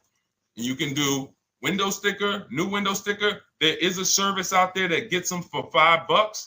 Again, I'm not affiliated with it, but here's what you should be looking at. That $5 is like my inspection on a home. I'm only doing this for my top 3 to 5 cars. Top 3 to 5. And once I get that, boom, now, if you're not doing this, there's no way you can get great deals on used cars. It is literally impossible because all you're doing is basing it off of smoke and mirrors. So I'm here to tear back, to reveal this whole industry is smoke and mirrors. It's all about psychology, and it's not about you winning. It's about dealers making you think you won. Hold up. Wait. Wings Buff on Instagram said the audio is not working. I smell sabotage towards you. Let me know if the audio is not coming through clear. Let me know, and we'll try to adjust it. I don't know. Yes, exactly, Amanda. It's called real value. Real value. We call it the true value discount. That's what it's called. So it's biggest discount from the original price. So when you're out looking for pre-owned cars, your only mission is to look at, you can ask the dealer sometimes, hey, you got the original price of the car? Again, you don't buy a new car without it. Thanks, Creole Queen. I appreciate it. She said on TikTok, we're fine on TikTok. I don't know why it may be coming through different on Instagram, but maybe log out, log back in, and let us know if it's something that is just coming through on Instagram. But you'll see the difference. Type $signs if y'all understand that before we move on, because we got a lot more questions coming in. But without getting the new car price of the used car, it's impossible. We can make up a price. We can literally just make up a price. Oh, we're asking $32,000 for the car. How do you know that's a good price? But when you know, oh, that car was originally $61,000, they're asking $32,000 for it. Oh, I saw another one over here, they're asking $30,000, but the original price was $50,000. It's not a good, you get what I'm saying? Lower price, which is what most people flock to. Oh, this one over here is $1,000 less. But that $1,000 less is getting you $8,000 less vehicle. Okay? Type $signs. All right, yours truly said she's good. Did y'all get that? Y'all getting this? Let me know if y'all getting this. All right. Thanks, Sweet Now. All right. We are live. This is our Monday, May 12th show. We do these shows Monday through Thursday, 12 noon to about 1:30 p.m. Eastern time. So we'll also rebroadcast the replay throughout the day. So if you couldn't catch it live, definitely catch the replay, and you'll be able to catch up on anything you missed. EJ, great to see you on Facebook. How do I buy a Tesla since they only are online and at one price? Great question. You don't negotiate with Teslas because they are actually one price. So when you look at a Tesla, you're actually looking at something none of the car dealers do, but they want to make you think they do it. One price, which means when you come into a Tesla in New Jersey, same price in California, same price in Florida, same price in North Dakota. Every other brand Every single car is individually owned and operated. Every car dealership. And, you know, I remember like somebody came on the show and said, oh, Nissan is overpriced. I said, no, whatever Nissan dealer you went to was overpriced. There's another one probably 10 miles away. There's another one 15 miles away. There's probably 8 more of them within 25 or 30 miles. When they can make you think, oh, we're all the same, they got you. Big mistake. Very expensive mistake. Thinking every dealer is the same. They're all different. Even the ones that are owned by the same people, most times are still in some competition with each other. But Tesla, unless you're buying a pre-owned one price, no matter where you go, no negotiation. That's what it is. No other brand is like that, though.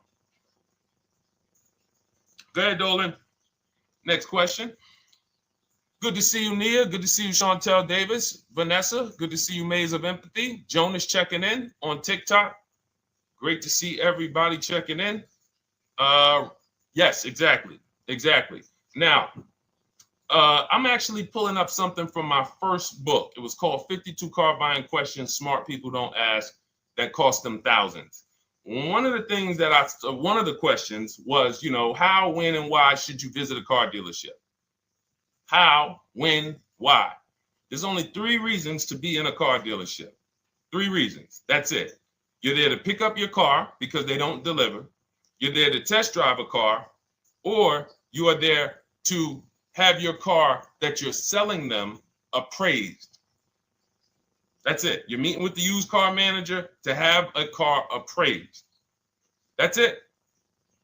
Everything else we do at home if you want to get the same results that the people are getting who are getting. Look, this is Christopher. Thanks so much for these resources. Read your entire book last night. I've already been underway trying to put my deal together. What a great book. I have my quotes together, and now I'm ready to take the next step with the calculator. Now, what he's talking about, notice he said I have my quotes, plural, because we teach something called the 25-to-5 strategy. You're connecting with 25 dealers. This is for new cars and leases. Different process for used cars. You're connecting with 25 dealers online. I'd show you how to do that in 20 minutes. This is not car buying school. We're getting these cars and these deals in literally less time than it takes you to visit one dealership and buy a car. You'll be there for 8-9 hours. We'll put in a couple hours over a couple days. And I'm getting them. Eventually, you'll be able to be as quick as me. I get cars in 60 minutes. Does not matter what I want. 60 minutes. If I'm following up on a deal a couple months, maybe 90 minutes is going to take me. You'll get there eventually, but in the beginning, take you a couple hours from home. Because what you're doing is you're creating a competition. You're using the internet to create a competition. So we get 5 offers on every car. We will not buy a car without 5 offers, because the only way that you're going to see the 80%, we call them the 80%. That's 80% of dealers that are overpriced. The only way you're going to see that is to get 5 offers. It's going to blow your mind. That's when the veil is lifted. The first time now, if you want to do it your way, you want to call around, get the offers, call around, ask for it, try to not, fine, do it that way. As long as you talk to enough dealers to get 5 offers, because then you're going to see, whoa, they've been playing me. How is it that I'm shopping for the same car? I called and got the same. I called on this Hyundai Sonata. One dealer's telling me it's $480 a month. One dealer's telling me it's $450 a month. One dealer's telling me it's $420. One dealer's telling me it's $375. Another dealer's telling me it's $340. That's when you know you did it right. So and here's how you know you've done it right. If you don't see a $3,000 to $5,000 spread from your best offer, which we call the 20% dealers, to the worst offer, you didn't shop correctly. We have people all around the country, We've been helping people since 2021. In fact, during the pandemic, we had people really killing it because they were selling their cars for 7 grand, 12 grand more, putting that equity in their bank, doing leases, no money down. So it was a phenomenal time for people who had cars to replace and were making dealers bid to get their new cars. So doesn't matter the market.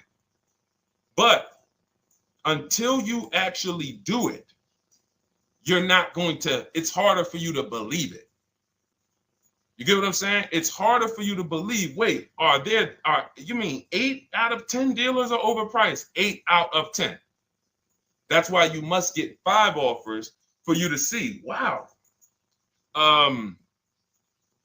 my highest offer is $200 a month more, and that's my local dealer. That's the dealer that's 20 minutes away, because oftentimes some of your closest dealers, when they see your zip code, they'll be like, oh, this person is not going to shop us. Let's give them this offer.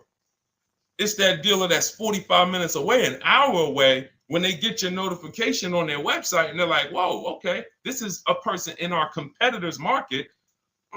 Let's take this deal from our competitor. It's going to blow your mind. And then it'll be changed. Right now, you're just being exposed to the information. And the same thing on used cars. The best value used cars are $3,000 to $5,000 and less than the highest price used cars.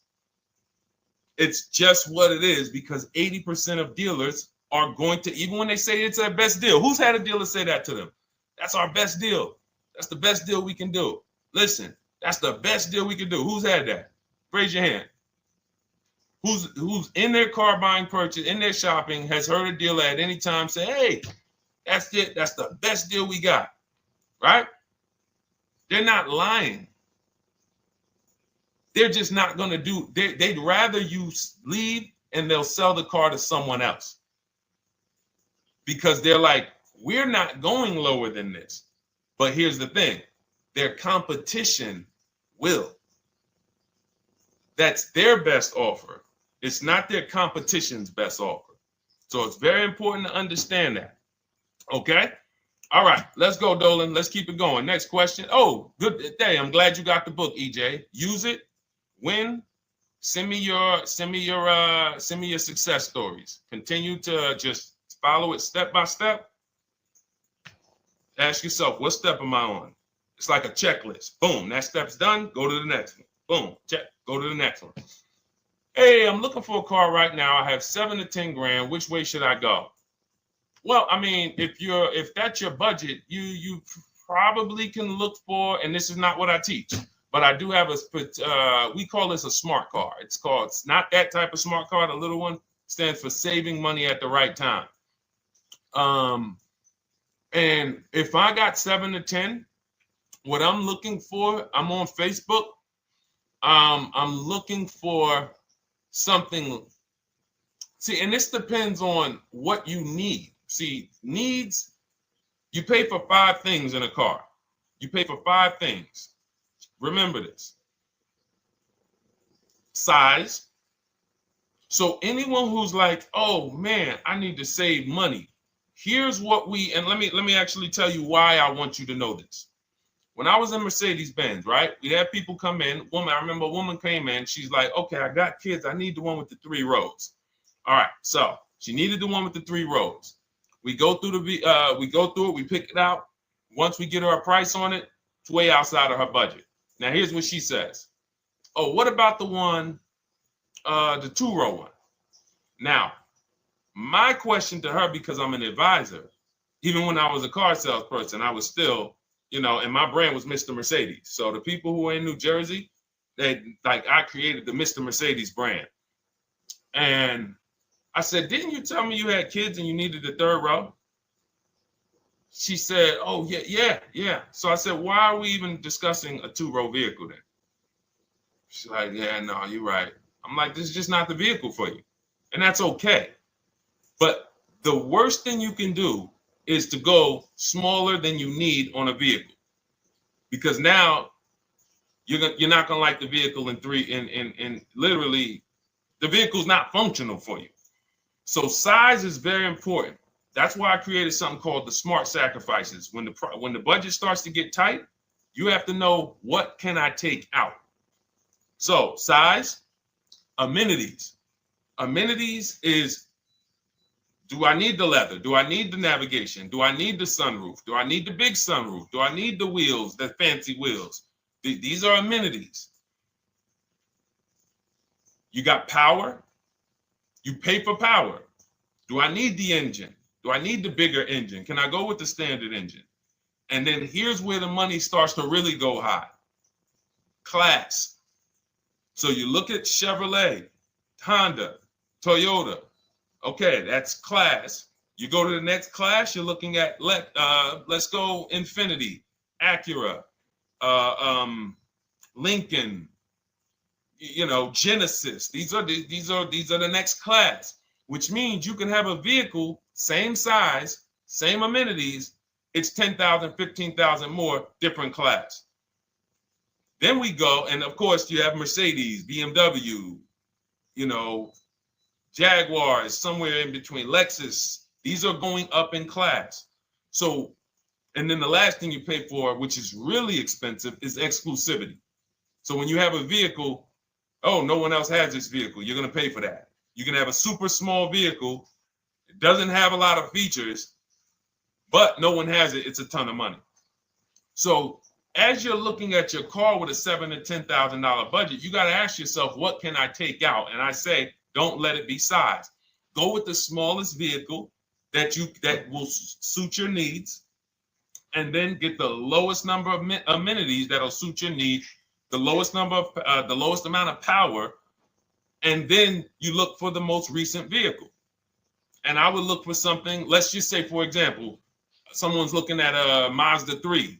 It's a $25,000 vehicle, brand new. I don't need the leather. I don't need the fancy stuff. I don't need a big bunch of power. I could probably find one for 10 grand that's not too old, maybe about 5-6 years old, if I'm looking correctly. But you have to know what you can live without, because if you go and do what most people do, most people are not going to listen to what I'm saying. They're going to go out and they're going to buy a big SUV with leather and all the features, and then they're going to get a 9-year-old one with no warranty because there's just no discipline there. See, the things I'm talking about, the disciplined people, the people who are financially astute, who's like, Deshone, I never knew that car buying was this serious. How, like, I'm overspending by $5 grand every car, a minimum. There's no way that you're not. So these things weren't taught to you.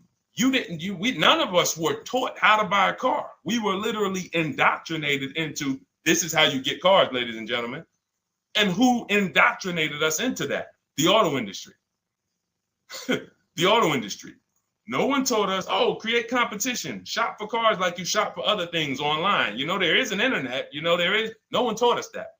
So you have to say to yourself, all right, boom, I got to unlearn so that I can relearn the new way to make sure every time I get a car that I love, and I get the most for my money, which is not what most people are doing out here. There's blood in these streets. You hear people, oh, there's no cars, there's no deals. They're walking in the dealer saying this stuff. Like, you're going into a person who wants to sell you something and giving them all the strategy, all the ammunition to sell you, raise the price. Hey, man, I've been looking for this car. Not many people has it. Cha-ching. Thank you for telling me that. Oh, man, the tariffs are coming too, right? I hear the tariffs are coming, so things are getting more expensive, right? Yep, absolutely. Yes, they are, Mr. Customer. Thanks for saying all of this stuff. That's how most people buy cars. That's why the auto industry is just printing money on the public.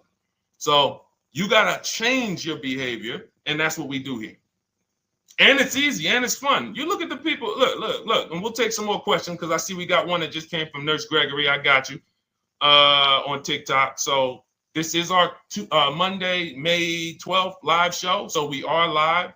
You can feel free to type your question. We rebroadcast this show throughout the day, but we are live every Monday through Thursday at 12. So, but look, when you look at the confidence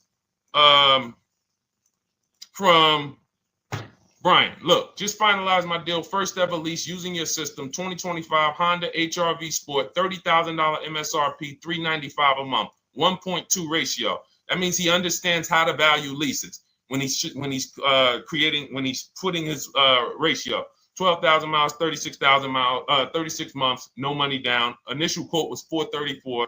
Then he used our calculator, and the counter offer came down to 394.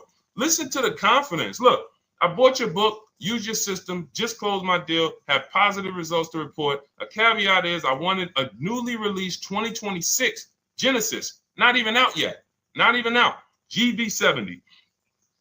And there are no incentives. I could have gotten incentives on the 2025. However, I wanted the 2026, was willing to pay. I reached out to 20 dealers. We show you how to reach out to 25, but on a Genesis, may not have been as many dealers because it's more of a luxury brand. They haven't built as many dealers for Genesis yet.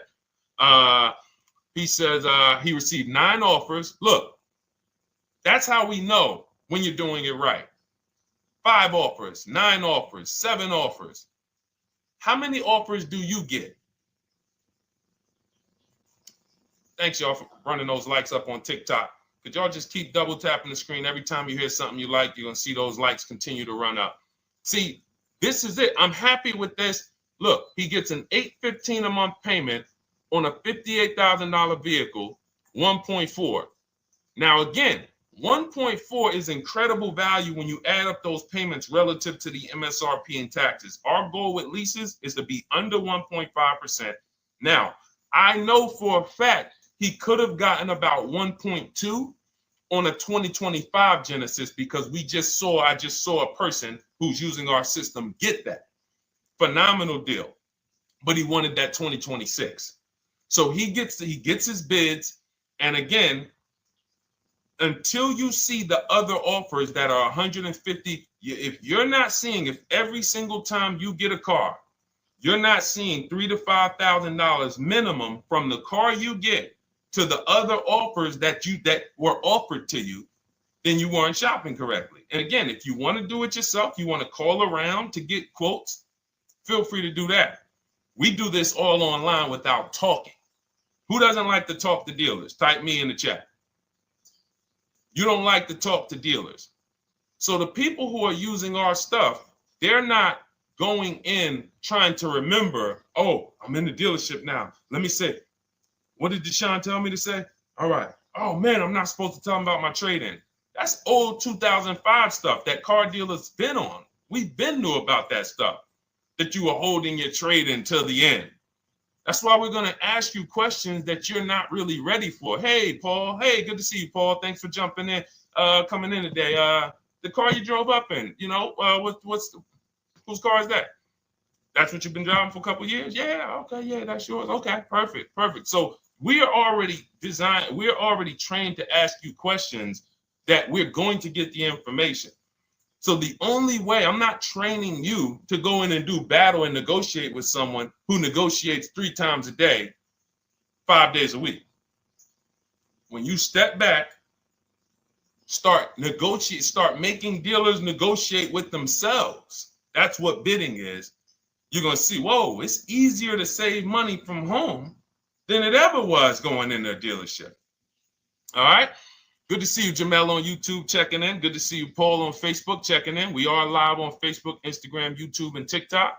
And for those who, hold on, let me see. Do I got any sharers? Who shared the broadcast? Raise your hand so far. Raise your hand so far if you shared the broadcast with a friend or if you hit the share button. Nurse Gregory? All right, Nurse Gregory, send me a DM. You got a free copy of my book. Let's see. That's it. I don't think we have any. No, if you share now, it's too late. So I wanted, let me see. Because Nurse Gregory, you have been on the show for a little minute. See, I do that stuff every now and then. I do that stuff every now and then. That's why when I ask you guys, like, to help me get this message out so we can help more people, you never know when I'm going to just say, you know what? You got a free copy of the book. So, I ask you guys to continue to share this broadcast so that we can help more people. Like, this is not about, because follow me. until most of the country is actually shopping from home, it makes our job shopping from home a little bit harder, because literally dealers know on a weekend, they come to us on Friday, hey, how many appointments we got? We got 200. 200 over the weekend. So they expect you guys to walk in. So until that goes from 200 to 100, and they're like, whoa, what's going on here? Whoa, people are not really walking in anymore. We're getting half the appointments. Oh, wait, what's going on? We only have 50 appointments. Memorial Day weekend, we got 100. We're normally at 300 appointments over a Memorial Day weekend. So until we start doing this collectively, it's hurting. It makes all of our jobs a little bit harder. So that's why I appreciate the people who share the broadcast. Yep, send me a DM. Okay, so let's go. We got more questions coming in, so pull them up, Dolan. Let's go. And this whole stream is sponsored by my new digital book. It's called Cars from Home: 7 Steps to Saving Time, Money, and Avoiding Dealerships. It's already 5-star rated. And, I'm reading a couple of the testimonials. Thank you to the people on Goodreads who reviewed that book. Thank you so much. And it's normally $97, but as part of our welcome offer, you can get yours for $24. That's 75% off. You can go to my TikTok bio. It's only for 2 hours. So once that 2-hour timer goes to 0, price does go back up to $97. So head to my TikTok bio, the Instagram bio, YouTube comments, or the Facebook comments. Grab yours for $24. Save you 75%, and just use it. It's a step-by-step blueprint checklist to dominating the car market. Okay? And someone remind me to talk about the 3 pillars of great car deals before I end the show. Please, the 3 pillars of great car deals. We got about another 45 minutes, but remind me before we end the show. If you don't operate with the 3 pillars, there's no way you can get a great car deal. And I know this sounds like bad news, but I can't get you the good news. I'm like a financial doctor. And we have financial cancer when it comes to cars. So it's not a pleasant thing, but we can get you to the other side. You're losing a ton of money. You're losing equity. You don't even know you can sell cars without the title that you haven't paid off yet. You don't know you can sell leases. All of this stuff is costing you thousands and thousands of dollars, but we can get you to the other side. Third, so nowadays, it's always better to just buy new, especially if you plan on keeping the car long term. No, absolutely not. If I'm keeping the car long term, there's something. So step 1 in our book is called the 8-year rule. It's the 8-year rule. Who's always wanted to know what's better, buying or leasing? Type me if you've always been like, Deshone, I hear about buying, I hear about leasing. When is it better? When is it better to buy? When is it better to lease? Who's had that question? We have an anchor called the 8-year rule, which answers the question. The next car you're buying, how many years are you planning to keep it? Type it in the chat. We had a bunch of people that said they'll be shopping. The next car you're going to be purchasing, how many years do you plan to keep it? Okay, Nurse Gregory, I see 5. Okay, let's get some more answers. How many years do you plan on keeping the next car you are going to purchase? 2 to 3 years, Jamel Singletary. Perfect. Good to see you, Jamel. Rain King Leo on Instagram, 2 to 4 years. Perfect. Okay. Paul on Facebook says as long as possible. You got to go with a year. See, that's the reason why. See, the longest possible, well, give me a year, a number of years, because you're going to see people be like, oh, I plan on keeping that car, and I didn't do the research to even find out that the car wouldn't last that long.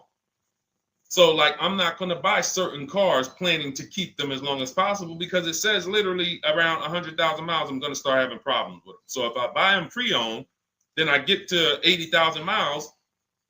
I mean, car starts having, so we need years. Mel Nelson on Facebook, 9. Paul, I see you, 10. Okay, Danielle Rosario on YouTube, 5 at least. So check this out. Roashu, I'm sorry, I probably butchered your name, on Instagram, 6. All right, DJ Ant Nice on TikTok, 6. Okay, 8-year rule says If your answer to that question was 8 years or longer, you should be shopping for a purchase, new or pre-owned, depending on your budget. Now, if your answer was less than 8, then you should be shopping for a lease. Both of these things come with caveats. Below market. Not these lease deals you see on commercials. Those are not lease deals. I don't even call them deals. None of those prices, as you guys see me share the leases that my students get all around the country and the people who read my book, you're going to be like, wait a minute. Those don't sound anything like the prices I see on the commercials. They're not. We get below market leases. And most of the time with no money down. We always shop with no money down. On a purchase, you need a below market purchase. Again, you should see $3,000 to $5,000 above on other cars that you didn't buy. So the car you got, whether you're purchasing it or leasing it, it should be $3,000 to $5,000 below the other offers that you've seen, the other cars that you've seen online. So when we look and say, do we go new or pre-owned? And I know some of you got shocked with who was taught never lease a car. Like when I just said the 8-year rule, and I said, hey, all of you who your answer Jamel 2 to 3, you should be shopping for a below market lease. Dario, YouTube, you should be shopping for a below market lease. Madison, Marv on Instagram, below market lease. Yep. Rain, you've had your car for 3 years. You're already debating getting rid of it. You should be shopping for a below market lease. Yep. Nurse Gregory, below market lease. DJ Ant Nice, below market lease. We'll talk about that in a little bit. You can ask why. But raise your, if you were taught never get a lease, never lease a car, let us know in the chat and we'll handle that. But I want to answer the rest of this question because he asks, is it always better to buy new? So if his answer, for those of you who said, I'm keeping more than 8 years, I'm not breaking the 8-year rule, I'm shopping, don't think about leasing. You're keeping at least 8 years, leasing should not even be in your vocabulary. Now, new or pre-owned. That's based on 2 things. First is budget, because you want to go over your needs and say, what do I need? Can I get everything I need in a car for my budget? New? No. Most times, you can't. So if you have a large budget and you're like, Deshone, I could actually go new or pre-owned. What should I get? Now that's a matter of your values. The values say, I've had 2 groups of people, long-term people. When I was in dealerships, some of you know I was with Mercedes for 5 years, General Motors for 5 years. I've been in the auto industry for 14 years. People would say, Deshone, man, I only get a new car. I'm like, yeah, I only get a new car every 10 years. That's why I get my new car. I'm going to treat myself. That's values. Now, some people say, well, I could afford both, but you know what? I want to knock 20, 30, 40% off the price. That's values. So it's a matter of your values. If you can afford both. But no, there's no one-size-fits-all formula. That's what got you guys in trouble. That's where you get in trouble at. Listening to people online and say, all of you should do this. All of you who's heard people say, this is the funniest thing in the world to me. Who's heard people say some teachers, car gurus who've only bought 30 cars in their life, they think they're a guru. Who's heard them say, never buy a new car? No one should ever buy a new car, ever. Who's heard that? Who's heard that? Who's heard that? I'm going to tell y'all how funny this is and how bad this advice is. And one day, I would love to be on a panel with like people who talk cars. All I need is 10 minutes. We're gonna rip them from leasing down to everything. So everyone should buy a used car, right? Oh, wait, I don't want to talk about your dad though. Miss you dad. She said I heard it from my dad. All right, but your dad probably is not saying everyone should buy used cars. There are people who say, all right, Paul, you've heard it. All right, Rain King Leo, you've heard it. So let me ask you a question. If we ask some of these people who swear, hey, none of you should ever buy, and they talk to millions of people, and they preach this, no one should ever buy a used car. So here's the question. how do the cars become used? If no one should buy a pre-owned car, if no one should buy a new car, rather, how do the cars become used? So let's just say you could snap your fingers. So if you had it your way, no one would buy a used car. No one would ever buy a used car, ever. So you snap your fingers, that would be your wish, right? Yes, exactly. So how do the cars become used then? So if something that you're suggesting could not get 100% market penetration, it's not a good idea. It's not realistic. There are people who should be leasing new cars below market. When you lease a car, you get a brand new car that year, 2025, all the latest and greatest. You're the first driver, unless you get a demo, which has maybe, it's a couple months old, within a couple thousand miles. But other than that, it's a new car. That's what you're leasing. Got to get multiple offers or they're going to overcharge you. You'll go in, you try to go in and, hey, work me up a lease deal. You'll be like, whoa, this doesn't sound like what Deshone said those leases were. That's got to say, because we don't go into dealerships to get lease prices. We stay at home and get multiple prices from home. You're walking into an 80% dealer. But yes, that's the difference. So the 8-year rule is to be your anchor for when I should actually be buying or leasing. And then once you go and say, I'm buying because I'm keeping 8 years, then you let your budget dictate whether you're going to shop new or used. And then you if you could afford both, it's a matter of your values. You want to treat yourself to a new car because you can afford it, make sure you get a below market deal, multiple offers, or do I want to get a pre-owned car so I can knock 20, 30, 40% off the price? Okay. All of this is in my digital book, Cars from Home, 7 Steps to Saving Time, Money, and Avoiding Dealerships. You can get your copy for 75% off for the next 2 hours. That's our welcome offer. And you'll have everything I teach about how to get below market leases, below market purchases, below market bank bidding wars. We created something called the bank bidding war. For those of you who are going to need a loan, where do you get your loan from? Some of you say the dealer. Some of you say, oh, I get it from my credit union. Some of you say, oh, I get it from my bank. This needs to be a bid, because whenever you're doing it like that, you don't know. How do you know for sure that that was the best interest rate you could have got? 2 points on a loan could be $2,000. 2 points. So if somebody said, oh, I'm paying 6.9, but you could have got 4.9, literally thousands of dollars. So, and again, that goes into the 3 pillars of great car deals. We haven't discussed that yet. We'll do that before the end of the show. All right, let's go. More. Oh, by the way, for those of you who I didn't finish the sentence, you want your copy at 75% off instead of the $97, which is the normal price.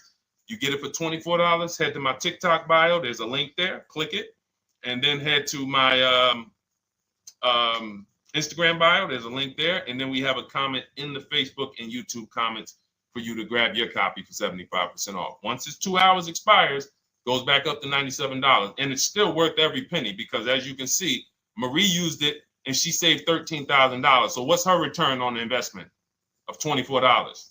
Just wanted to reach out, say thank you. Using your guide, which is the book, I saved over $13,000 off MSRP, got my payment to be hundreds lower per month and maintenance included, no money down. Just wanted to say thank you. Keep sending me these emails, y'all. I love bringing these emails onto the show. Like our world, that what we do with these cars it's a whole different world. Like, that's a great show, but it's also our life. Like, different, it's a different world. We operate in a different world. I got a lot of books on my shelf here. I cannot tell you books that actually give me ROI like Cars from Home. Like, she bought a $24 book. Even she might have got it for $97. And she saved $13,000 on one transaction. What about her? What about her significant other, if she has one? What about her children? What about her family and her household? What about when her mom or dad needs a car? It's endless ROI for one investment. Okay? So shout out to everybody that got their copy. Please keep sending me your emails. I love getting them. Let's go, Dolan. Next question. Awesome, DJ and Nice. You're gonna love it. Like, let me just say this one thing. Keep Dario's Dario from YouTube, keep his question up. But I want to say this to you, DJ and Nice. My niece, she's 20. Some of you heard me talk about her on earlier streams.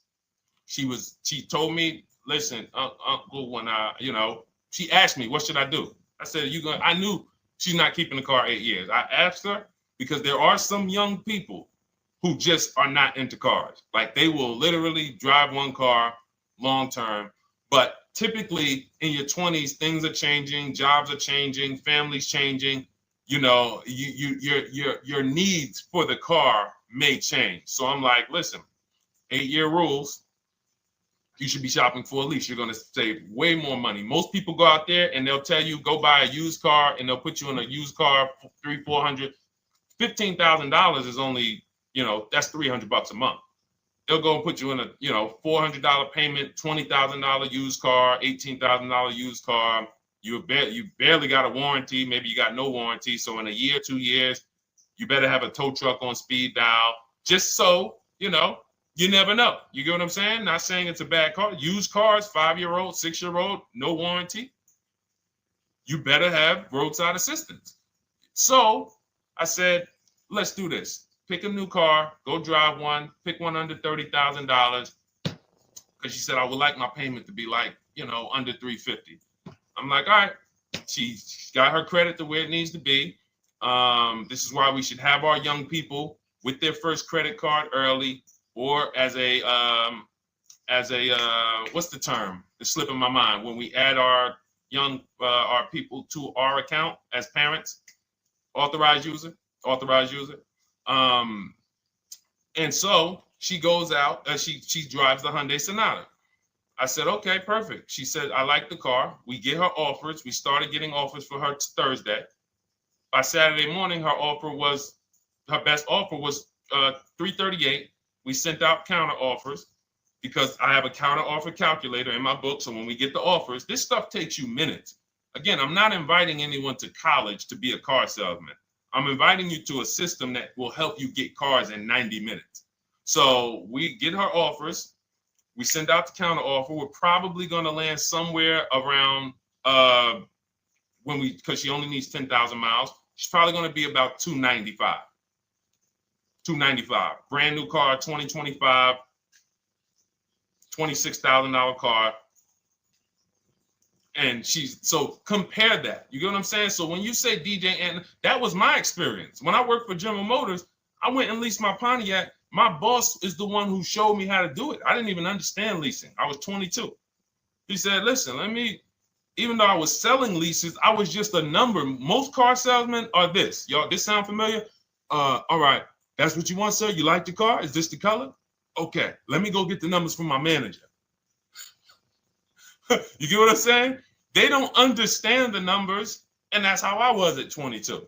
I didn't understand the numbers until I got hired at Ray Katina. And Ray Katina, all his salespeople are finance managers too. So that's where I learned the numbers. But before that, I didn't know how this thing worked.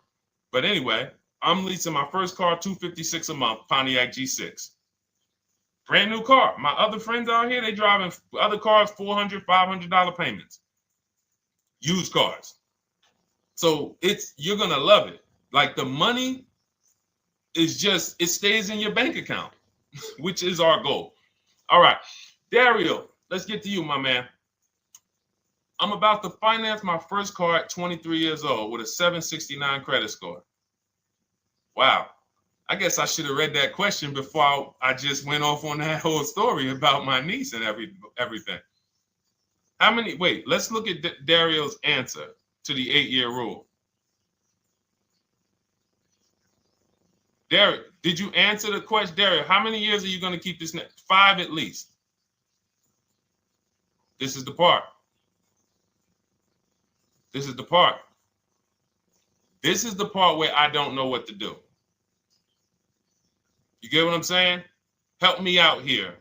Y'all get what I'm saying? Like there are times where I literally don't know what to do with this. Everybody, we talked about the 8-year rule, right? We went deep on the 8-year rule.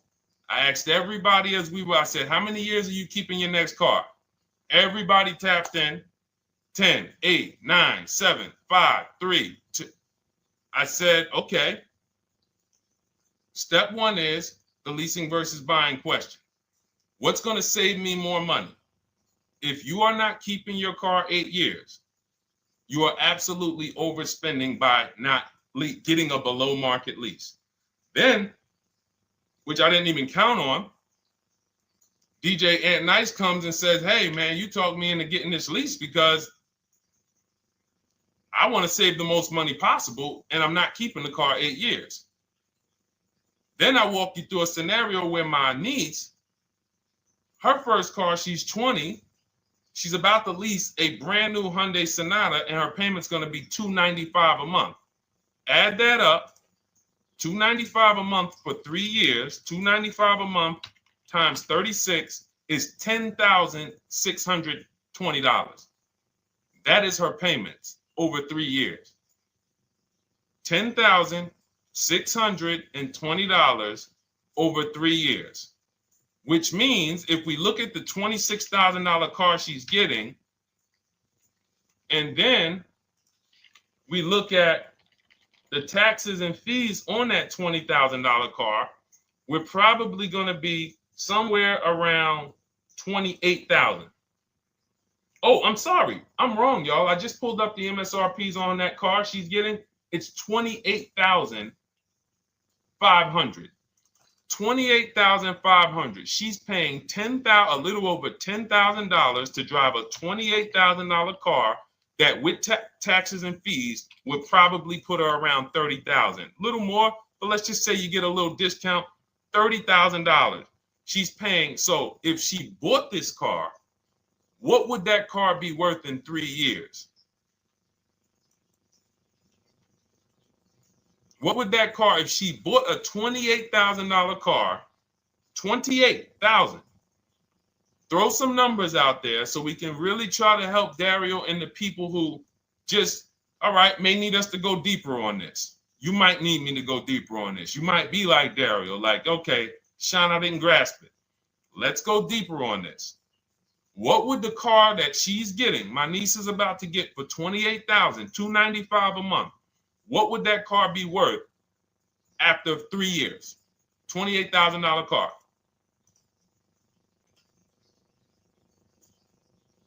KJ Wonder, it's in the bio. Just click that link in the bio. You'll see a link that says $24 welcome special. Go grab it and come on back to the stream.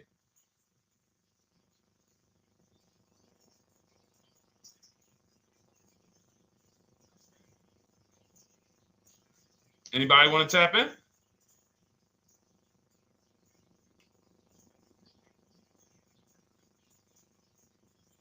Thank you, DJ and Nice. I don't think that's right. So a $28,000 car after 3 years is worth 23? No. That's not after 3 years. That's probably like 1 year. After 1 year, it'll probably be worth 23. 15K depending on the brand. Paul, I think you're gonna lose more than.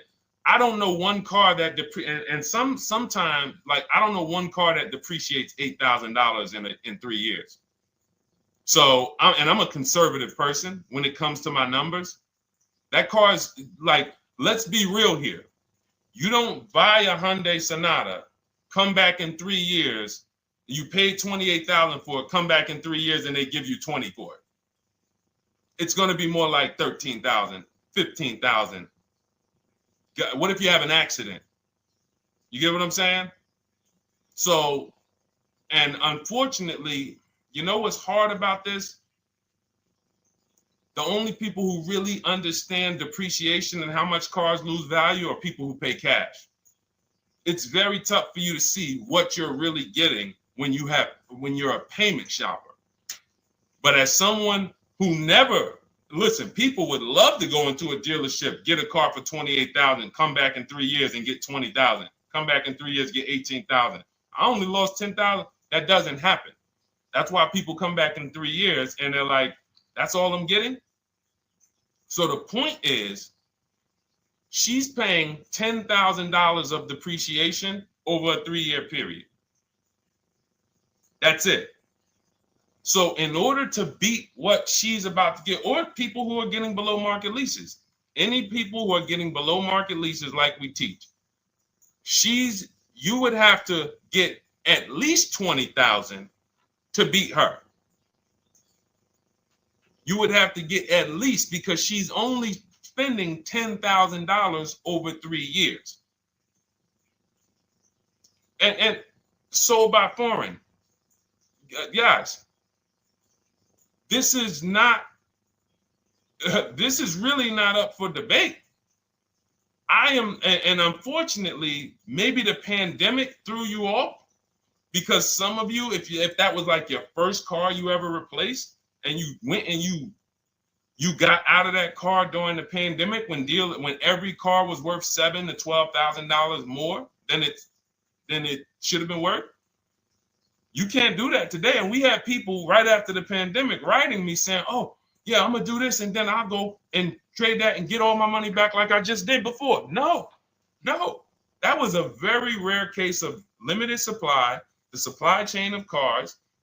Now we might see that again with tariffs. When tariffs come, we might actually see our cars appreciate, because the whole new car market is going to be more expensive. But cars are not, literally the depreciation curve on most cars are 15% the first year, sometimes 20, another 15% the second year, 10%, 5%, and then it gets smaller. Once you get to about 7 years, the depreciation starts to cool off. You're losing 50% of the value in the first 5 years. And if you drive a lot, you're going to lose it quicker.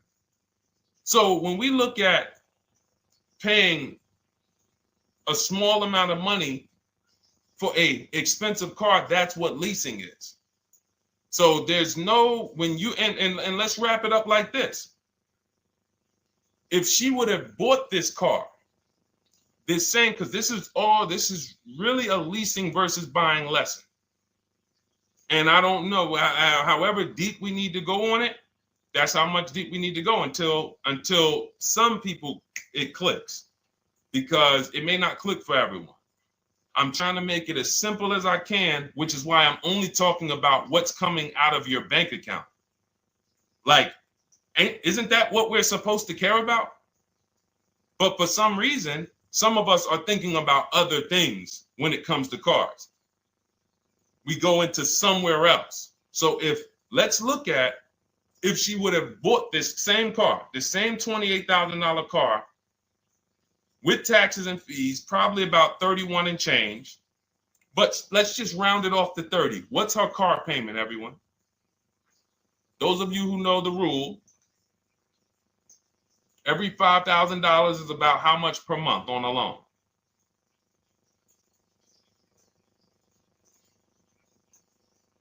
Every $5,000 is about how much on a loan?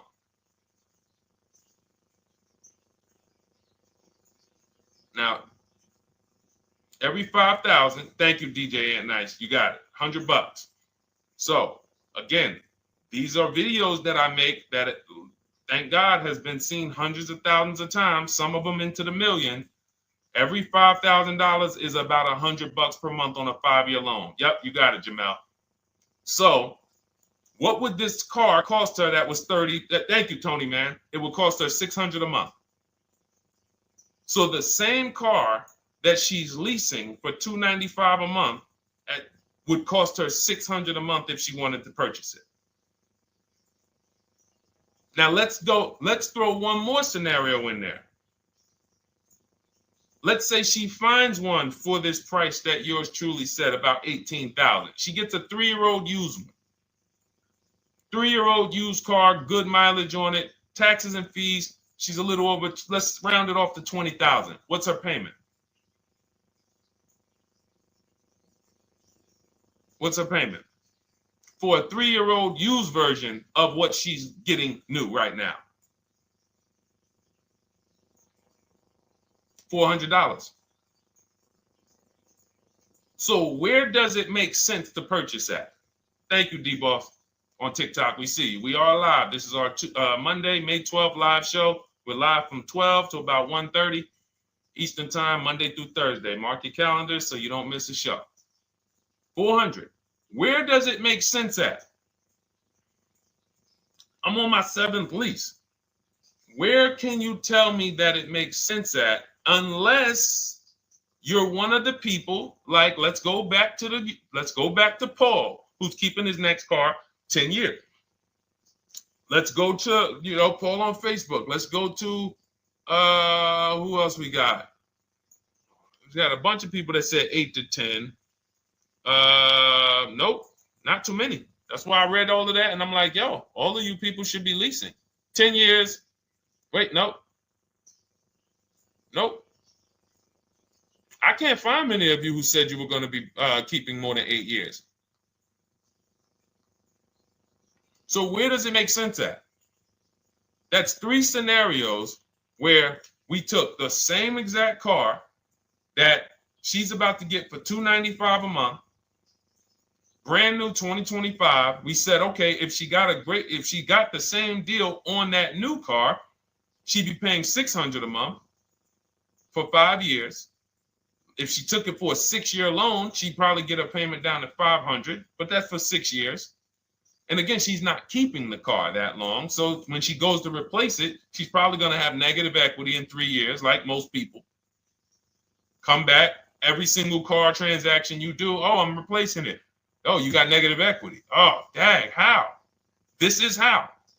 And then we took another scenario of her buying a pre-owned one, and her payment on a 3-year-old one with 1 year left of warranty is higher than her payment on the new one. Where does it make sense?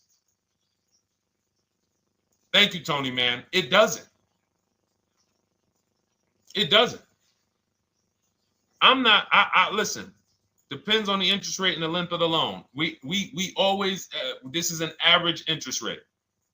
So it's not going to be, your interest rate isn't moving you from from every $5,000 on a loan being $100 a month to every $5,000 on a loan being, $50 a month. No, it's not the way it works. Good interest rate, maybe every $5,000 is $90, 85 tops. It's not 50, to the point where, and this is how people get in trouble. That's why our people don't get in trouble, because they don't go in thinking, looking at a $20,000 or $30,000 car saying, oh man, I'm gonna get that to $400 a month with no money down. Yeah, you'll get it to $400 a month with no money down. Your loan's gonna be 96 months. So when we have these boundaries, this is how we move. We're not even talking about the bidding process. We're talking about the bidding process is how we get the dealers to give us the best prices. Right now, what we're talking about is structuring our deals. Because if you go out and you get a great deal on a purchase, but you should have leased, you got a bad deal. You got a bad deal. If you go out and you get a great deal on a purchase, let's just say she gets $5,000 off this car. So instead of 30, she purchased it, she got them to knock off $5,000. Her payment still, instead of $30,000, it's $25,000, $500 a month. Thank you, Just Enjoy, appreciate it. It's fine. So a great deal on a purchase, when you are not keeping the car 8 years, is a bad deal, because it cannot compare to if you had gotten a below market lease. It just doesn't compare. That's why I'm showing you these numbers. I'm a math person. I was in calculus as a junior. I love math. And my goal is to try to make the math simple by just showing y'all, hey, here's 3 scenarios: new car, used car, lease. Here are the numbers: $600 a month, $400 a month for the used car, $295 a month for the lease. But we say we want to save money. We say, oh man, things are getting more expensive. Money's important. But we're still letting old mindsets make us do things that don't serve us, because we were taught that, even though it makes no financial sense. So the hardest thing that I have to do is get you to unlearn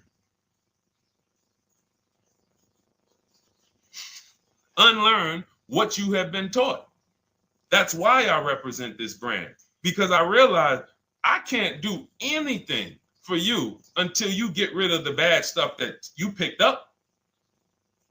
You didn't go to school and you were indoctrinated into, this is how they taught me to get cars, even though it makes no sense. It creates buyer's remorse. You leave the dealership hoping you got a good deal. I hope I did all right. You wouldn't bet a dime on it. If somebody came up to you, hey, would you bet money that you really didn't get a good deal? You would be like, oh no, I wouldn't take that bet. I don't. No, you have no confidence, no guarantees, nothing.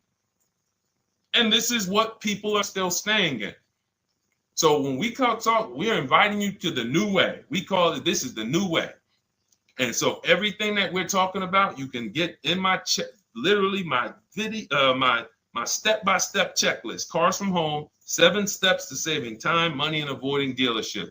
You don't have to worry about trying to remember this. You can literally get it in book form. It's a digital book. You don't have to wait for the mail. And the thing about the digital book is when something new happens, I update the book. Like a year ago, we had Room in the book. Room went out of business. If you had a physical copy that you had bought, now here I am talking to you about, oh, now guys, you got to get volume 2. No, I just went in, we update the master file, Room's going, process stays the same. So that's the thing. So it's normally $97, but as part of our book launch special, you can get your copy for $24, 75% off. It's a 2-hour only offer. So next 2 hours, if you visited, you'll see the timer. Once it gets to 0, the investment is $97, and it's worth every single penny. The return on that $97 will be incredible. But if you get there before the offer expires, you get yours for $24. So head to my TikTok bio, click that link, my Instagram bio, the YouTube comments, or the Facebook comments. We have a link there for you. Grab your copy for 75% off. All right. All right, Dolan, let's go. We got time for a couple more questions.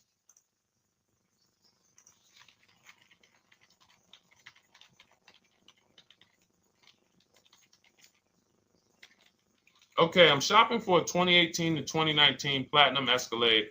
Should I buy in town, or what do you feel about delivery charges from out of town? I would compare.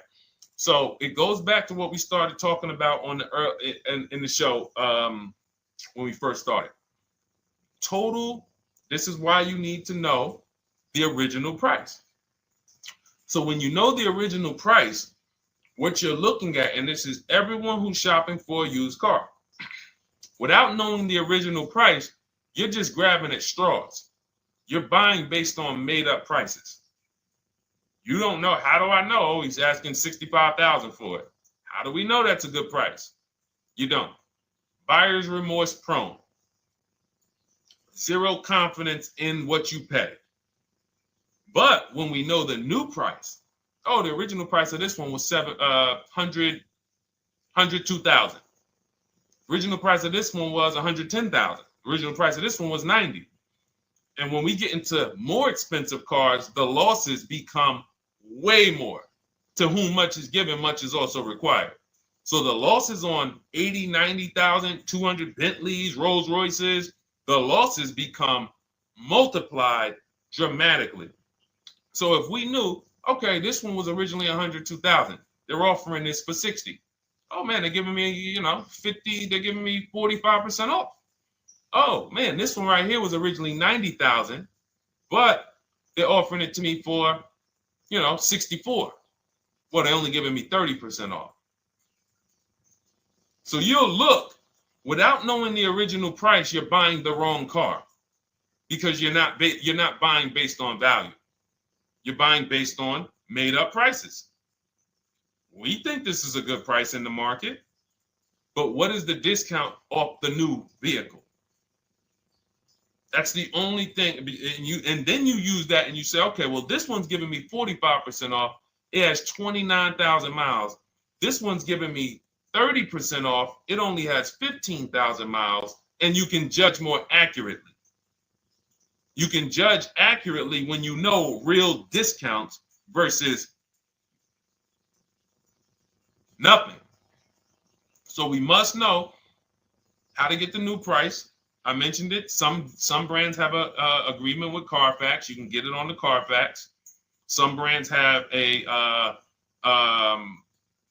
and some brands you can go to Google and Google the window sticker or the Maroni label, and you can get it that way. And then you'll see some companies that may sell it. But again, I'm never buying a used car without knowing the original price.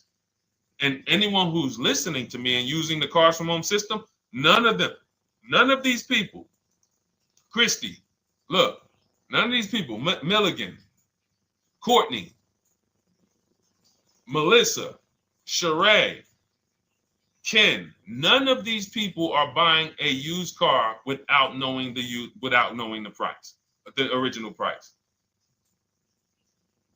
That's how they get you. So when we look at what the price is with delivery, we're just factoring that in to the overall. So with the delivery, I'm still getting 42% off the original price. With the delivery, I'm still getting, so you factor all in cost compared to the original MSRP, and that tells you what the good deal is or what is not the good deal. And many of you, you're going to see, whoa, I've been buying used cars that really don't have, because you're going to pass on a lot of cars. Once you actually start using what we teach, it's an elimination system. It's a sorting process. We weed out the garbage. So a lot of the cars that you would have normally gotten thinking it was the good deal, you're going to see, whoa, if I didn't know this, I would have got that car, because that car is $2,000 less money online. But when I got the original MSRP, I see that this car has $20,000 more equipment in it. MSRP of this car was 105. MSRP of this car is 85. Whoa. And it might not be that dramatic, but sometimes especially on some luxury cars, it will be. It'll be that different. So this is how we gauge value. So when we pull off in the dealership, you see people, they send their numbers. You're going to be quick to write me. Man, I can't wait to write Deshone and tell him about this. I can't wait. Man, you're going to be just like all of these other people, all these people we show. Rosalie, I can't wait to write him because I am confident in my deal now. Like, whoa, bro, I just got a used car. I got 48% off the original price. Man, confidence. Would you bet money that you couldn't have got a better? No, yeah, I bet money, man. I did my research, man. I stayed at home. I used the internet like you walked me through it. There was no better deal. I had to, and you know how I know? There's a couple signals that I look for. People say, man, I had to drive an hour and a half to pick this thing up. I'm like, I know you did it right. People want that neighborhood dealer to be, oh, that's my dealer. You own it? No. Somebody did that. Hey, yeah, I work out with a guy at the gym. He came up to me one day. He said, yeah, because I went to my dealer the other day. And, they was telling me. So when I hear this, that just literally is like, oh, you own a dealership? Oh, no. I mean, you mean the dealer that sells you cars and services? Yes. Okay. See, it's just these are not our friends. People inviting their car salesmen to their barbecues. Start making them bid. Watch how quick you see Charlie is not coming to the barbecues anymore. You got your car salesman coming to the barbecues with you. Hey, how many cars?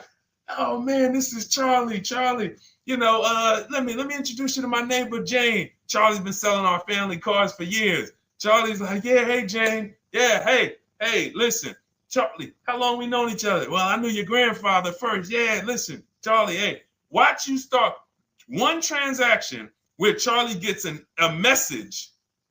Your message from online. Hey, this is Nicole Stewart. I'm looking for this car. We have all of these templates in my book too, so you don't even have to think about what you're going to write. You just copy and paste them. Hey, phone's going to be ringing for him. Now, we use a shopping email and a shopping phone number. We never give the dealerships our phone number. We don't want dealerships coming to our personal phone number. We use a Google Voice and we create a brand new Gmail. So you look and next thing you know, you're getting a phone call. Hey, Miss Stewart. Hey, Nicole. Calls you by your first name because, he knows your grandfather and everything. Hey, Nicole, I just got the email saying you wanted to get some, you were shopping online. Like, what? Come on. So when are you coming in? You come on in. No, actually, I decided I'm going to get a couple offers. I just want to make sure Now Charlie has to compete. Now Charlie has to compete. And you're going to see that Charlie doesn't like to compete. He likes to make you think he gives you a great deal. And what you're going to see is Charlie's not going to win that battle all the time. Now, sometimes they'll go to bat and say, listen, I just got to do. But if he works for an 80% dealer, they're not going to let him go low enough to sell the car to you and win the bid. They're not going to let it happen. He can't do it. And then Charlie, that'll be the last barbecue that Charlie came to. Last barbecue. Oh, man. So, wait a minute, Molly. Pull up Molly on Facebook's comment. Dolan, she just commented. We are live, y'all. This is our Monday, May 12th show. We do these shows from Monday through Thursday, 12 noon to about 1:30. So make sure you set your calendars and tell your friends and family, because they're out there shopping right now and they're getting their heads chopped off. I hope YouTube doesn't censor me for that, but they are. And if we were to look at their car deals compared to what our people are paying, you would be like, yo, they got. So pull up Molly's comment, please. Okay, there we go. After listening to you, okay, I got called in for another option of SUV I ordered, and boom, they had over $6,840 in options. Ceramic coating, tint, theft protection, yet they kept going down on the price but never removed it. I left. See, and this is, so there's two. One thing you did wise was to not take the deal. What I want you to get to is the point where people can no longer waste your time. When you get to a point, see, with all of you using the Cars from Home system in my digital book, it's impossible to have anyone waste your time. Because when they waste your time, they actually still feel like they won. I'm going to tell you why. We're going to sell this car to someone else, and you still need a car. So that's why that's a reason why who's heard wait till the end, this bad negotiating advice, wait till the end to tell them you have a trade. They know that they literally will do this whole negotiation. You've been in there for 3 hours, 4 hours. Now you spring your trade in on them, and they know, well, we don't have to give her what she wants. We don't have to give her $16,000. Yeah, offer her 14. Offer her 14. Because she's been in here negotiating back and forth. We already dropped our price a little bit. We still got profit we're making, but listen, let's try to make some of that back on the trade-in. All right, offer her 14. Now you've been in here and you're like, no, wait, I know I could get 16 for it. Listen, the car's worth 14. I mean, listen, if you could get 16, God bless. Now they're in a position of strength, because if you walk away, you still need a car. You've wasted hours of your time. And if you take the deal, they won. So it's like some people be like, man, because that's what they're thinking about. You know how many people say, Dad, all right, I know I feel like I could get 16, but do I really want to go through this all over again? All right, let's just do the deal. Lost.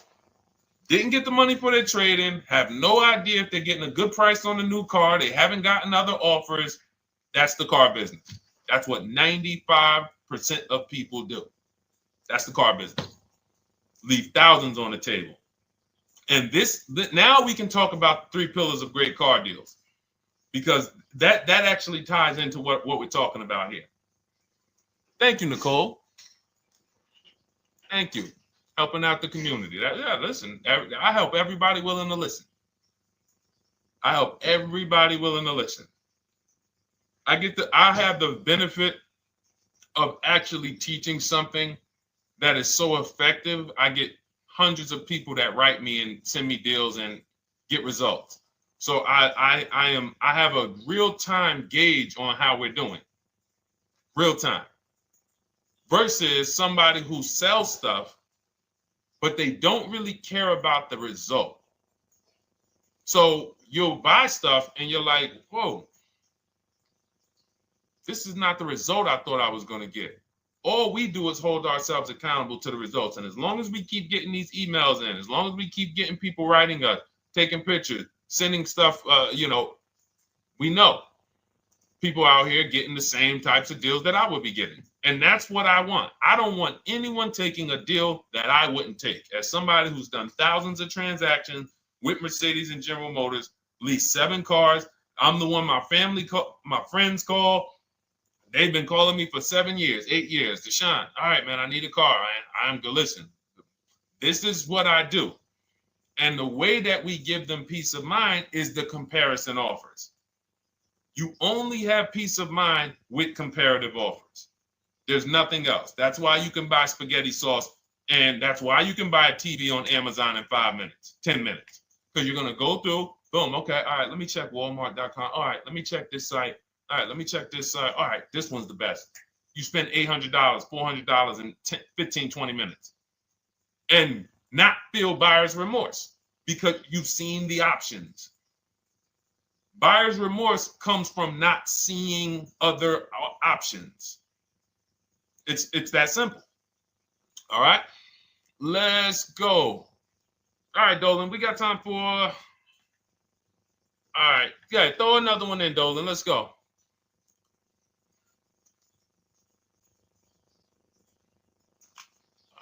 right. Okay, 2015 Mercedes-Benz C-Class C300. Hey, wait a minute. R. Hunter Photography. Just got the book, and I'm looking forward to reading it. Congratulations. Everyone who got your book, just type book in the comment section. I just want to give you a shout out. Thank you so much for those. If you have the book or if you just got the book, just type book. Thank you so much, R. Hunter Photography. Appreciate you. Make sure you send me your success story. That's what I care, whether you buy, lease, or purchase. Even when you use the bank bidding war, show me, hey, yo, this bank was at this interest rate. This bank was at this interest rate. And then the dealer got me this. Write me all of that stuff. I love hearing all of that. Michael, good to see you. Michael McLaurin on TikTok. Thank you so much. Use it and win. Use it and win. I want that book to return to you $5,000 to $10,000 per deal. So every single time you do a car deal, that book should be returning to you $5,000 to $10,000 per deal. All right, 2015 Mercedes C-Class, 85,000 miles. What are you thinking? See, there's nothing there. You get what I'm saying? There's nothing there. You have nothing to compare it to. Now, here's the thing. We teach something in the book called, and we still got to go to the 3 pillars of great car deals again. But there's nothing, we teach something, there's no boundaries in car buying. There haven't been no boundaries. For example, let's talk about the most expensive purchase most people make. Now, in this case, sometimes it's people's cars because people aren't buying houses as much as they used to. But the most expensive purchase people make is their house. Would anyone on here get a 40-year mortgage? Anybody? Yes or no? Thanks, EJ. Enjoy the book. I can't wait to hear from you. Anyone? Would anyone get a 40-year mortgage? Anybody? We got smart people on here. Anybody signing up for the 40-year mortgage? No. Okay. So if no one's signing up for the 40-year mortgage, the question is why? Why? Because we know that's too long. If you got to take a 40-year mortgage, go. God bless you. Yes, go get you. God bless you. Hope she's well. And I'm glad you got your book, Daryl. Would anyone and you don't have to worry about reading it. It's a step by step. It's a checklist. So do one step, check that step off. Next step, check. Boom. That's how it is. Because there's a built-in. It's been built into our education. You don't take a mortgage longer than 30 years. And if you want to be super conservative and you can afford it, take a 15-year mortgage. But we don't go 40. We don't go 50. They're available.